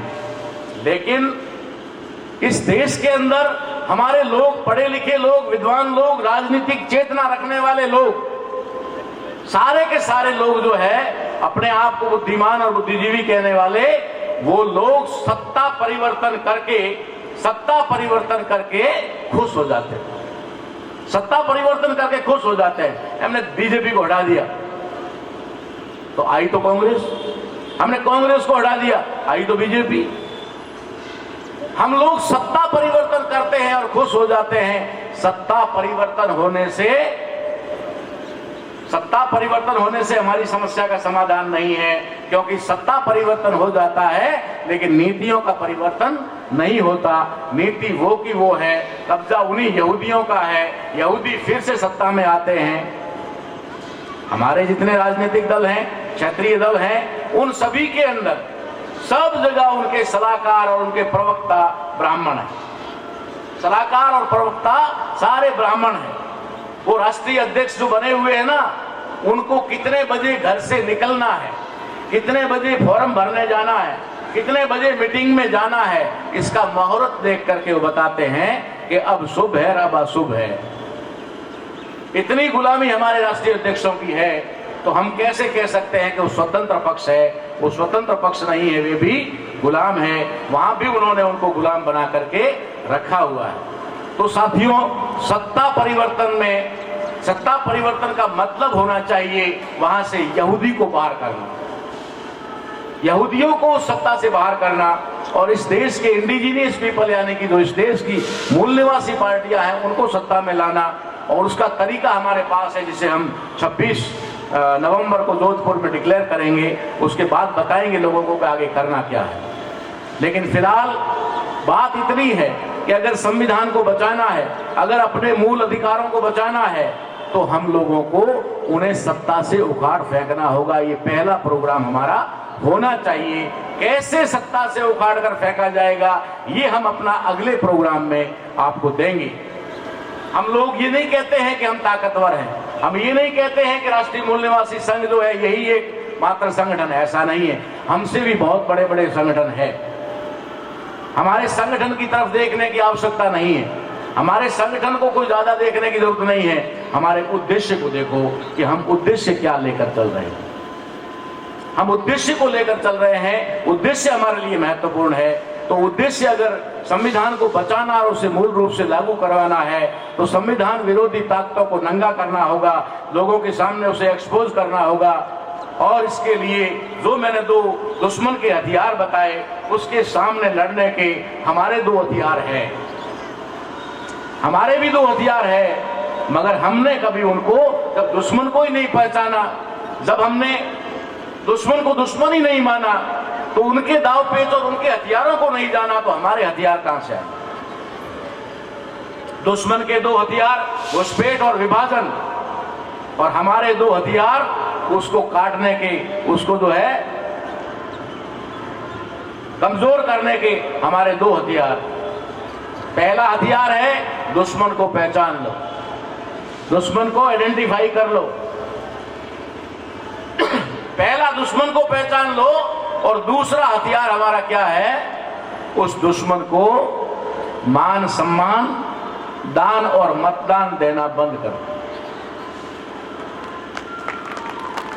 कहीं पर भी तलवार उठाने की जरूरत नहीं है, कहीं पर भी बंदूक उठाने की जरूरत नहीं है। इस देश के अंदर ज्ञानी जैल सिंह जी राष्ट्रपति थे, और उस समय सिखों को कहा उग्रवादी, कहा और उग्रवादी कहकर के कत्लेआम किया।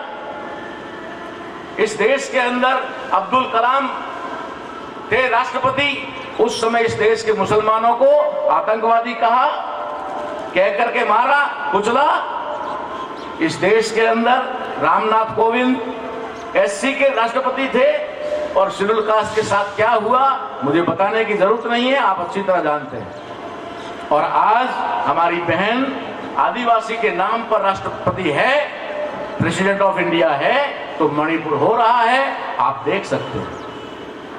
हम कब नक्सलवादी बन जाते हैं, कब आतंकवादी बन जाते हैं, और कब हम लोग उग्रवादी बन जाते हैं, कब हम उल्फा बन जाते हैं, कब हम उपद्रवी बन जाते हैं, ये हमें पता नहीं है। हमें न उपद्रवी बनना है, न नक्सलवादी बनना, न उग्रवादी आतंकवादी बनना है। हमने जो कहा है वो दो काम कर लो, आपको किसी को गाली देने की या तू देने की भी आवश्यकता नहीं है। पहले तो पहचान लो कि ये कौन है, अगर डाउट है तो डीएनए करवा लो, डीएनए करवाने के बाद कंफर्म हो जाओ कि ये हमारा वाला नहीं है, फिर उसको मान सम्मान, दान और मतदान देना बंद कर दो। अगर ये चार चीज आपने देना बंद कर दिया तो उसको अपने आप समाप्त हो जाएगा, आपको उसे समाप्त करने की आवश्यकता नहीं है। लड़ाई लड़नी है, और अगर जीतने के लिए लड़नी है तो हमें लड़ाई के दांव पेच आने चाहिए, नहीं तो फिर लड़ाई क्या होगी। मैं हमेशा कहता हूं लड़ाई के बारे में कि लड़ाई तीन प्रकार की होती है। पहली लड़ाई होती है जिसमें उद्देश्य होता है लड़ना, लड़ना ही उद्देश्य होता है। दूसरी लड़ाई होती है लड़ना और हारना, और तीसरी लड़ाई होती है लड़ना और जीतना। अब पहली लड़ाई क्या है? सिर्फ लड़ना, तो उसमें सास और बहू भी लड़ती है, देरानी जेठानी भी लड़ती है, पड़ोसन पड़ोसन से लड़ती है, और दूसरे दिन कटोरी लेकर कहती है क्या सब्जी बनाई थी, थोड़ा सा मिल जाएगा क्या, कल तो लड़ी थी और आज सब्जी मांग रही है। एक तो ये लड़ाई है, तो सिर्फ लड़ना ही उद्देश्य को, न हारना न जीतना न कुछ नहीं है, सिर्फ लड़ना। लड़ने का कोई बहाना ढूंढो और लड़ो। दूसरी लड़ाई है लड़ना और हारना, हार जाऊं तो हार जाऊं मगर लड़ूंगा, हारो तो हारो मगर लड़ूंगा। अब तो फिर क्यों लड़ रहा है जब तय ही कर दिया हारना? जब हारने का तय कर दिया तो लड़ना कोई मकसद है, लेकिन नहीं, लड़ूंगा जरूर, हारूं तो हारूं लेकिन लड़ूंगा। ये दूसरी लड़ाई है। तीसरी लड़ाई है लड़ना और जीतना, लड़ूंगा और जीत के रहूंगा। जो जीत के लिए लड़ता है उस लड़ाई की कुछ प्री रिक्वायरमेंट होती है, उसकी कुछ पूर्व शर्तें होती है, उसे पूरा करना पड़ता है। अगर आप लड़ाई को जीतने के लिए लड़ रहे हो तो आपका दुश्मन आइडेंटिफाई होना चाहिए, पहली शर्त। दूसरी शर्त, आपका दुश्मन की ताकत आपका पता होनी चाहिए कि दुश्मन की ताकत कितनी है। और तीसरी शर्त कि दुश्मन के अगेंस्ट अपनी ताकत खड़ी करना होगा। अगर आप दुश्मन के अगेंस्ट अपनी ताकत खड़ी नहीं करते हो, दुश्मन को नहीं पहचानते हो, दुश्मन के दाव पेच नहीं जानते हो, तो फिर ये आत्महत्या करने से ज्यादा कुछ भी नहीं है। इसलिए लड़ाई को अगर जीतना चाहते हो, जीतने के लिए लड़ना चाहते हो, तो दुश्मन को पहचानो, दुश्मन के दाव पेच को परखो, दुश्मन के षड्यंत्रों को जानो, और उसे मान सम्मान और जो है मतदान और दान देना बंद कर दो। खत्म हो जाएगा, कुछ करने की जरूरत नहीं है। इससे आगे हम लोग और प्लान जो बना रहे हैं, आज तो सिर्फ आप एक चेतना पैदा करने के लिए आए हैं। हम चाहते हैं कि पंजाब की धरती है, ये जो है वीरों की धरती है, ये शूरवीरों की धरती है, संतों की धरती है। यहाँ पर से जब भी हुआ है तो जो आदिवासियों का कहावत है ना, उल गुलान, जब भी कोई आंदोलन हुआ है, जब भी कोई बिगुल बजा है तो यहाँ से बजा है। कभी अभी हमारे संत इस मंच से बिगुल बजा कर गए हैं, तो फिर इस देश के अंदर, इस पंजाब के अंदर ऐसे लोग हैं, तो उन लोगों से हम उम्मीद करते हैं कि 2024 में जो बिगुल हम बजाने जा रहे हैं, जो आगे का काम हम करने जा रहे हैं, उस काम की शुरुआत करने के लिए फगवाड़ा में आया हूं। बहुत सारे लोगों को पता है 3 साल बाद आया हूं, बहुत सारे लोगों को पता है 3 साल बाद पंजाब में आया हूं, और आया इसलिए हूं कि फिर से एक पंजाब से ही एक क्रांति का आगाज करने के लिए आया हूं। हम 2024 में अगर दुश्मन से नहीं लड़ पाए, अगर हम दुश्मन को पराजित नहीं कर पाए, तो हम भविष्य में कभी भी पराजित नहीं कर पाएंगे। क्यों नहीं कर पाएंगे? क्योंकि आपको मालूम है कि आज इस पंडाल में खचाखच जगह होनी चाहिए, फिर भी बहुत जागृत लोग यहाँ आ गए हैं, लेकिन ये सड़क तक होना चाहिए, और सड़क तक नहीं, आसपास के सड़कों पर होना चाहिए। यहाँ तक कि मुझे लगता है कि एलईडी लगवाने की भी आवश्यकता पड़नी चाहिए। लेकिन हमारे लोगों को इंतजार है क्रिकेट का टाइम कितने बजे होने वाला है।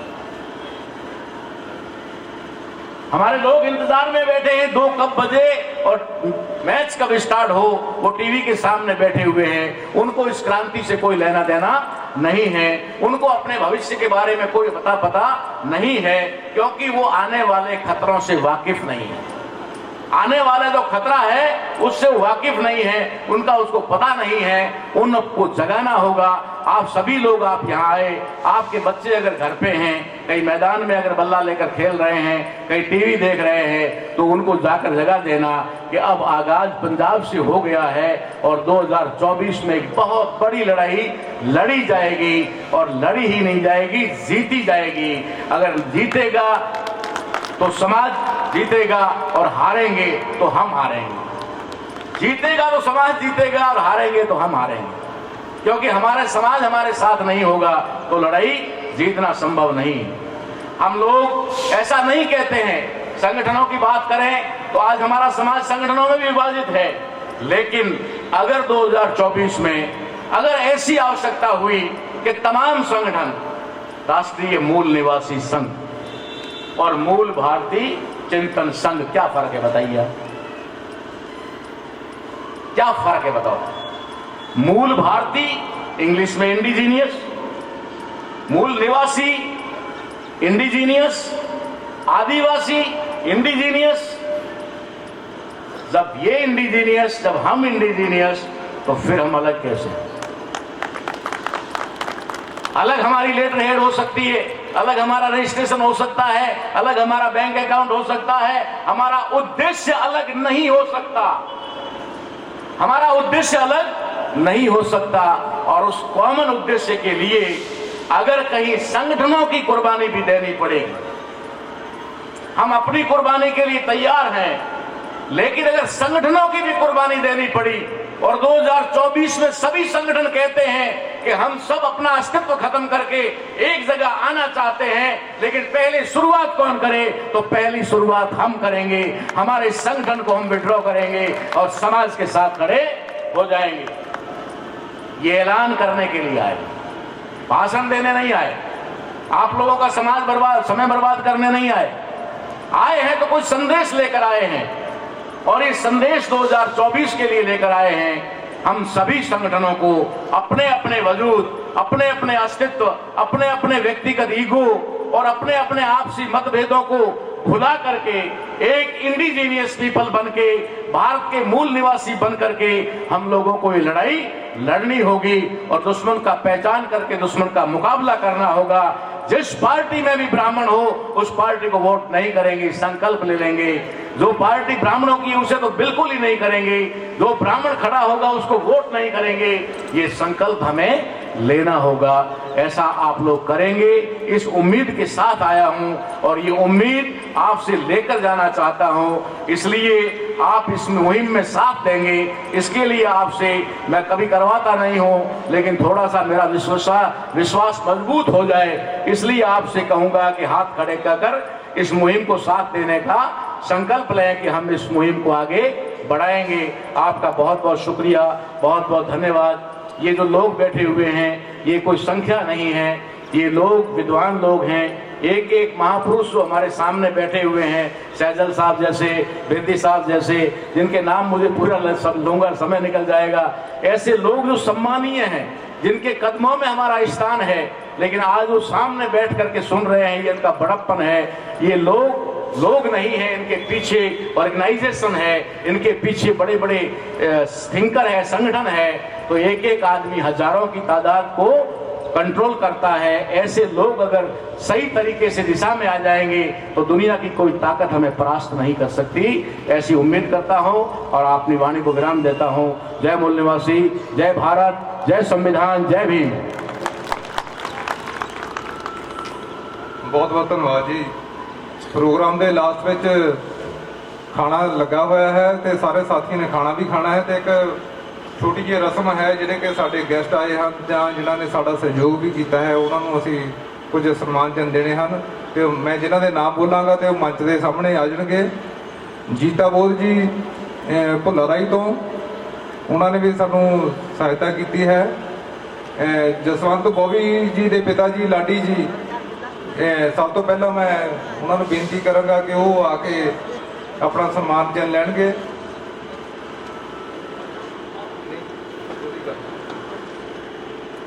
राम प्रकाश मंगूवाल जी, उन्होंने भी बेनती है कि वो भी अपना सम्मान चन लैके जाएंगे। Manjit Lal ji gazetted and non gazetted organisation तो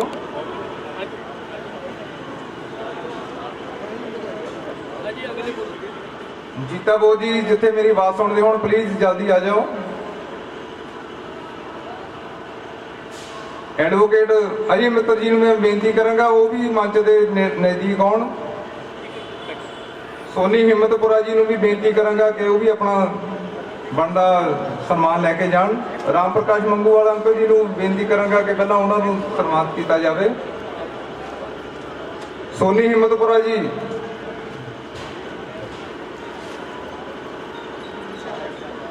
बलदेव राज जी बैंक बच्चों रिटायर होने, बलदेव राज जी बामणिया प्लीज। सागर भूमक जी पानीपत तो आए ने, उन्होंने भी बेनती करांगा। जसविंदर ढड्डा जी जिहड़े कि साडे पत्रकार वीर ने।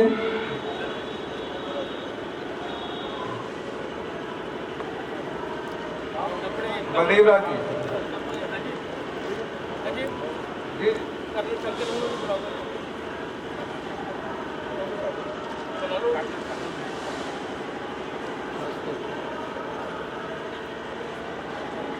वीर हरजिंदर रत्तू जी आदिवासी वीर सेना तो।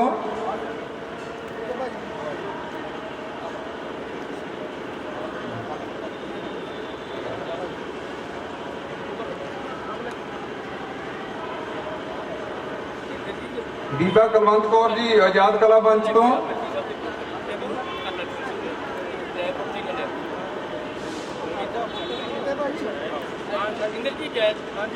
बिहारी लाल सिंह सर जी,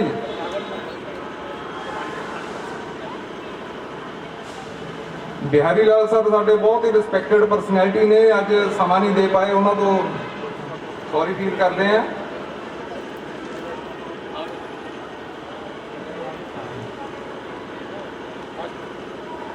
बिहारी लाल जी तो बाद नंदलाल कल्याणपुरी जी। नंदलाल कल्याणपुरी सर गुरदासपुर तो आए ने।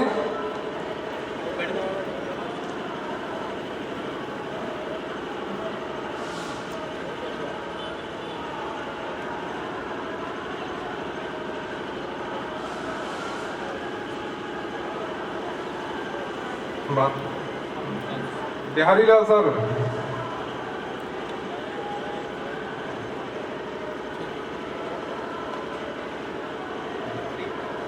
कर्नल शंकर सिंह जी, पहला नंदलाल कल्याणपुरी जी का सम्मान करो जी।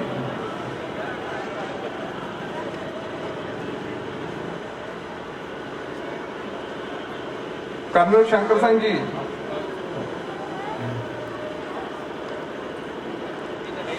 ਅਨੂ ਸੋਤਾ ਜੀ ਜੇ ਮੇਰੀ ਆਵਾਜ਼ ਸੁਣਦੇ ਹੋਣ। ਰਤਨ ਕੈਲੇ ਜੀ।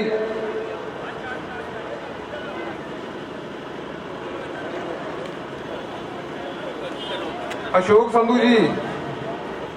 ਅਸ਼ੋਕ ਸੰਧੂ ਜੀ ਇੱਥੇ ਮੇਰੀ ਆਵਾਜ਼ ਸੁਣਦੇ ਹੋਣ।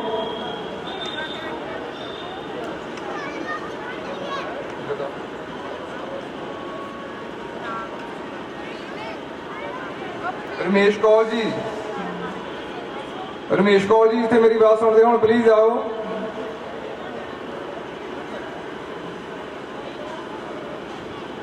ਰਮੇਸ਼ ਕੌਰ ਜੀ।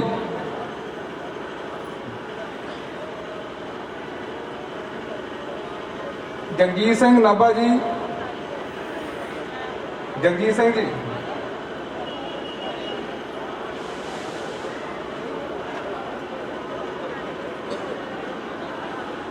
ਜਗਜੀਤ ਸਿੰਘ ਨਾਭਾ ਜੀ।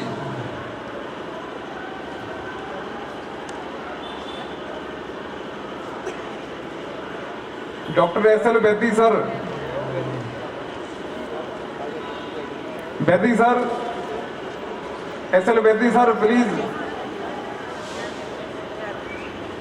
ਨਾਲ ਆਂਟੀ ਜੀ ਵੀ ਆ ਜਾਓ।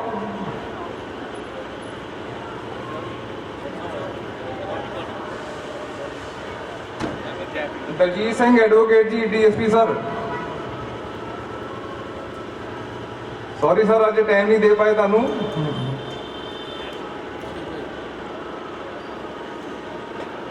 ਐਸ.ਐਲ. Baidi sir.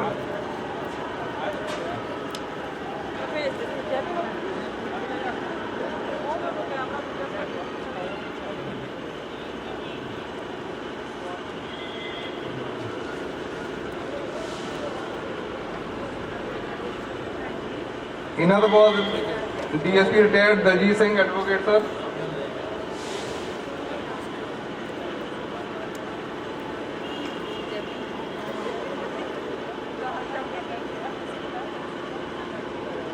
Hemraj ji bank manager. Hemraj ji जे मेरी बात सुनते होण। देवराज सुमन सर।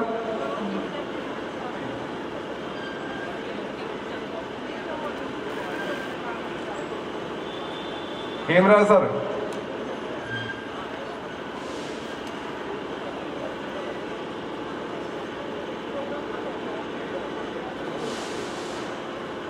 ठीक है।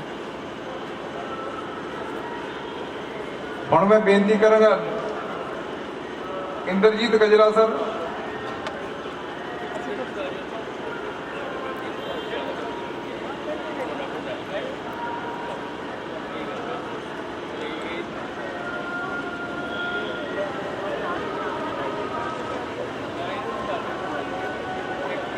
ਅਮਰਜੀਤ ਸਿੰਘ ਫੌਜੀ ਸਰ, ਕਿਰਤੀ ਕਿਸਾਨ ਯੂਨੀਅਨ ਤੋਂ।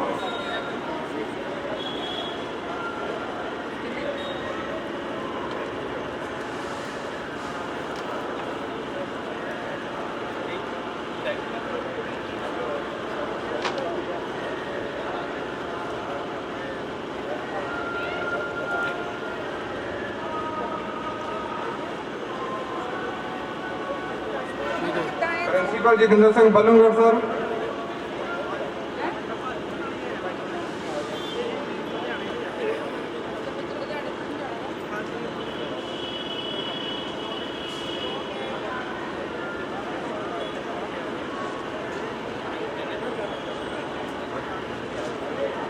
मौलाना इरशाद रशीद सर।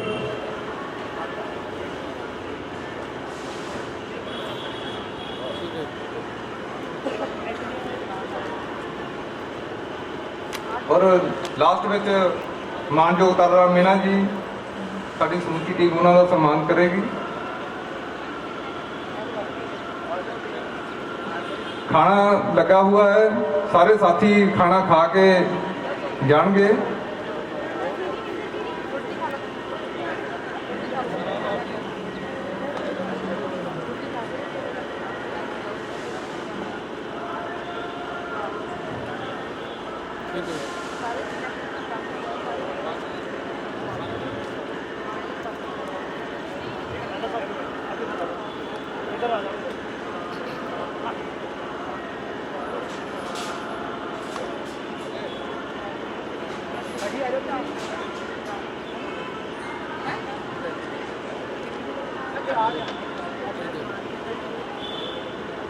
ਔਰ ਸਮੁੱਚੀ ਟੀਮ ਤਰਸੇਮ ਲਾਲ ਬੱਦਨ ਜੀ ਦਾ ਵੀ ਸਨਮਾਨ ਕਰੇਗੀ।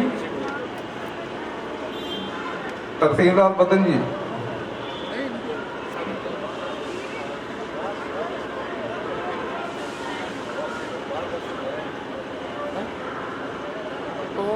ਔਰ ਨਾਲ ਹੀ ਮੋਹਨ ਲਾਲ ਰਤਨ ਜੀ ਦਾ ਵੀ ਸਨਮਾਨ ਕੀਤਾ ਜਾਵੇਗਾ।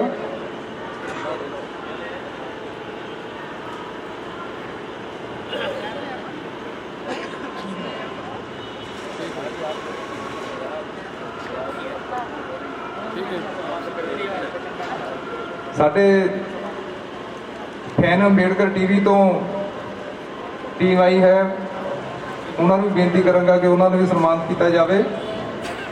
ਔਰ ਕਾਂਚੀ ਟੀਵੀ ਟੀਮ ਤੋਂ ਸ਼ਿੰਦਾ ਕੌਲਧਾਰ ਜੀ ਦੀ ਟੀਮ ਆਈ ਹੈ, ਉਹਨਾਂ ਦਾ ਵੀ ਸਨਮਾਨ ਕੀਤਾ ਜਾਵੇ। ਤੇ ਪ੍ਰੋਗਰਾਮ ਦੀ ਸਮਾਪਤੀ ਇੱਥੇ ਹੀ ਕਰਦੇ ਹਾਂ ਜੀ। ਸਾਰੇ ਹੀ ਸਾਥੀਆਂ ਦਾ ਬਹੁਤ ਬਹੁਤ ਧੰਨਵਾਦ। ਜੈ ਭੀਮ, ਜੈ ਭਾਰਤ। ਜਿਹੜੇ ਦੂਰੋਂ ਚੱਲ ਕੇ ਆਏ ਹਨ ਸਾਰਿਆਂ ਦਾ ਇੱਕ ਵਾਰ ਫਿਰ ਤਹਿ ਦਿਲੋਂ ਧੰਨਵਾਦ ਕਰਦੇ ਹਾਂ ਜੀ। ਜੈ ਭੀਮ, ਜੈ ਭਾਰਤ, ਜੈ ਸੰਵਿਧਾਨ।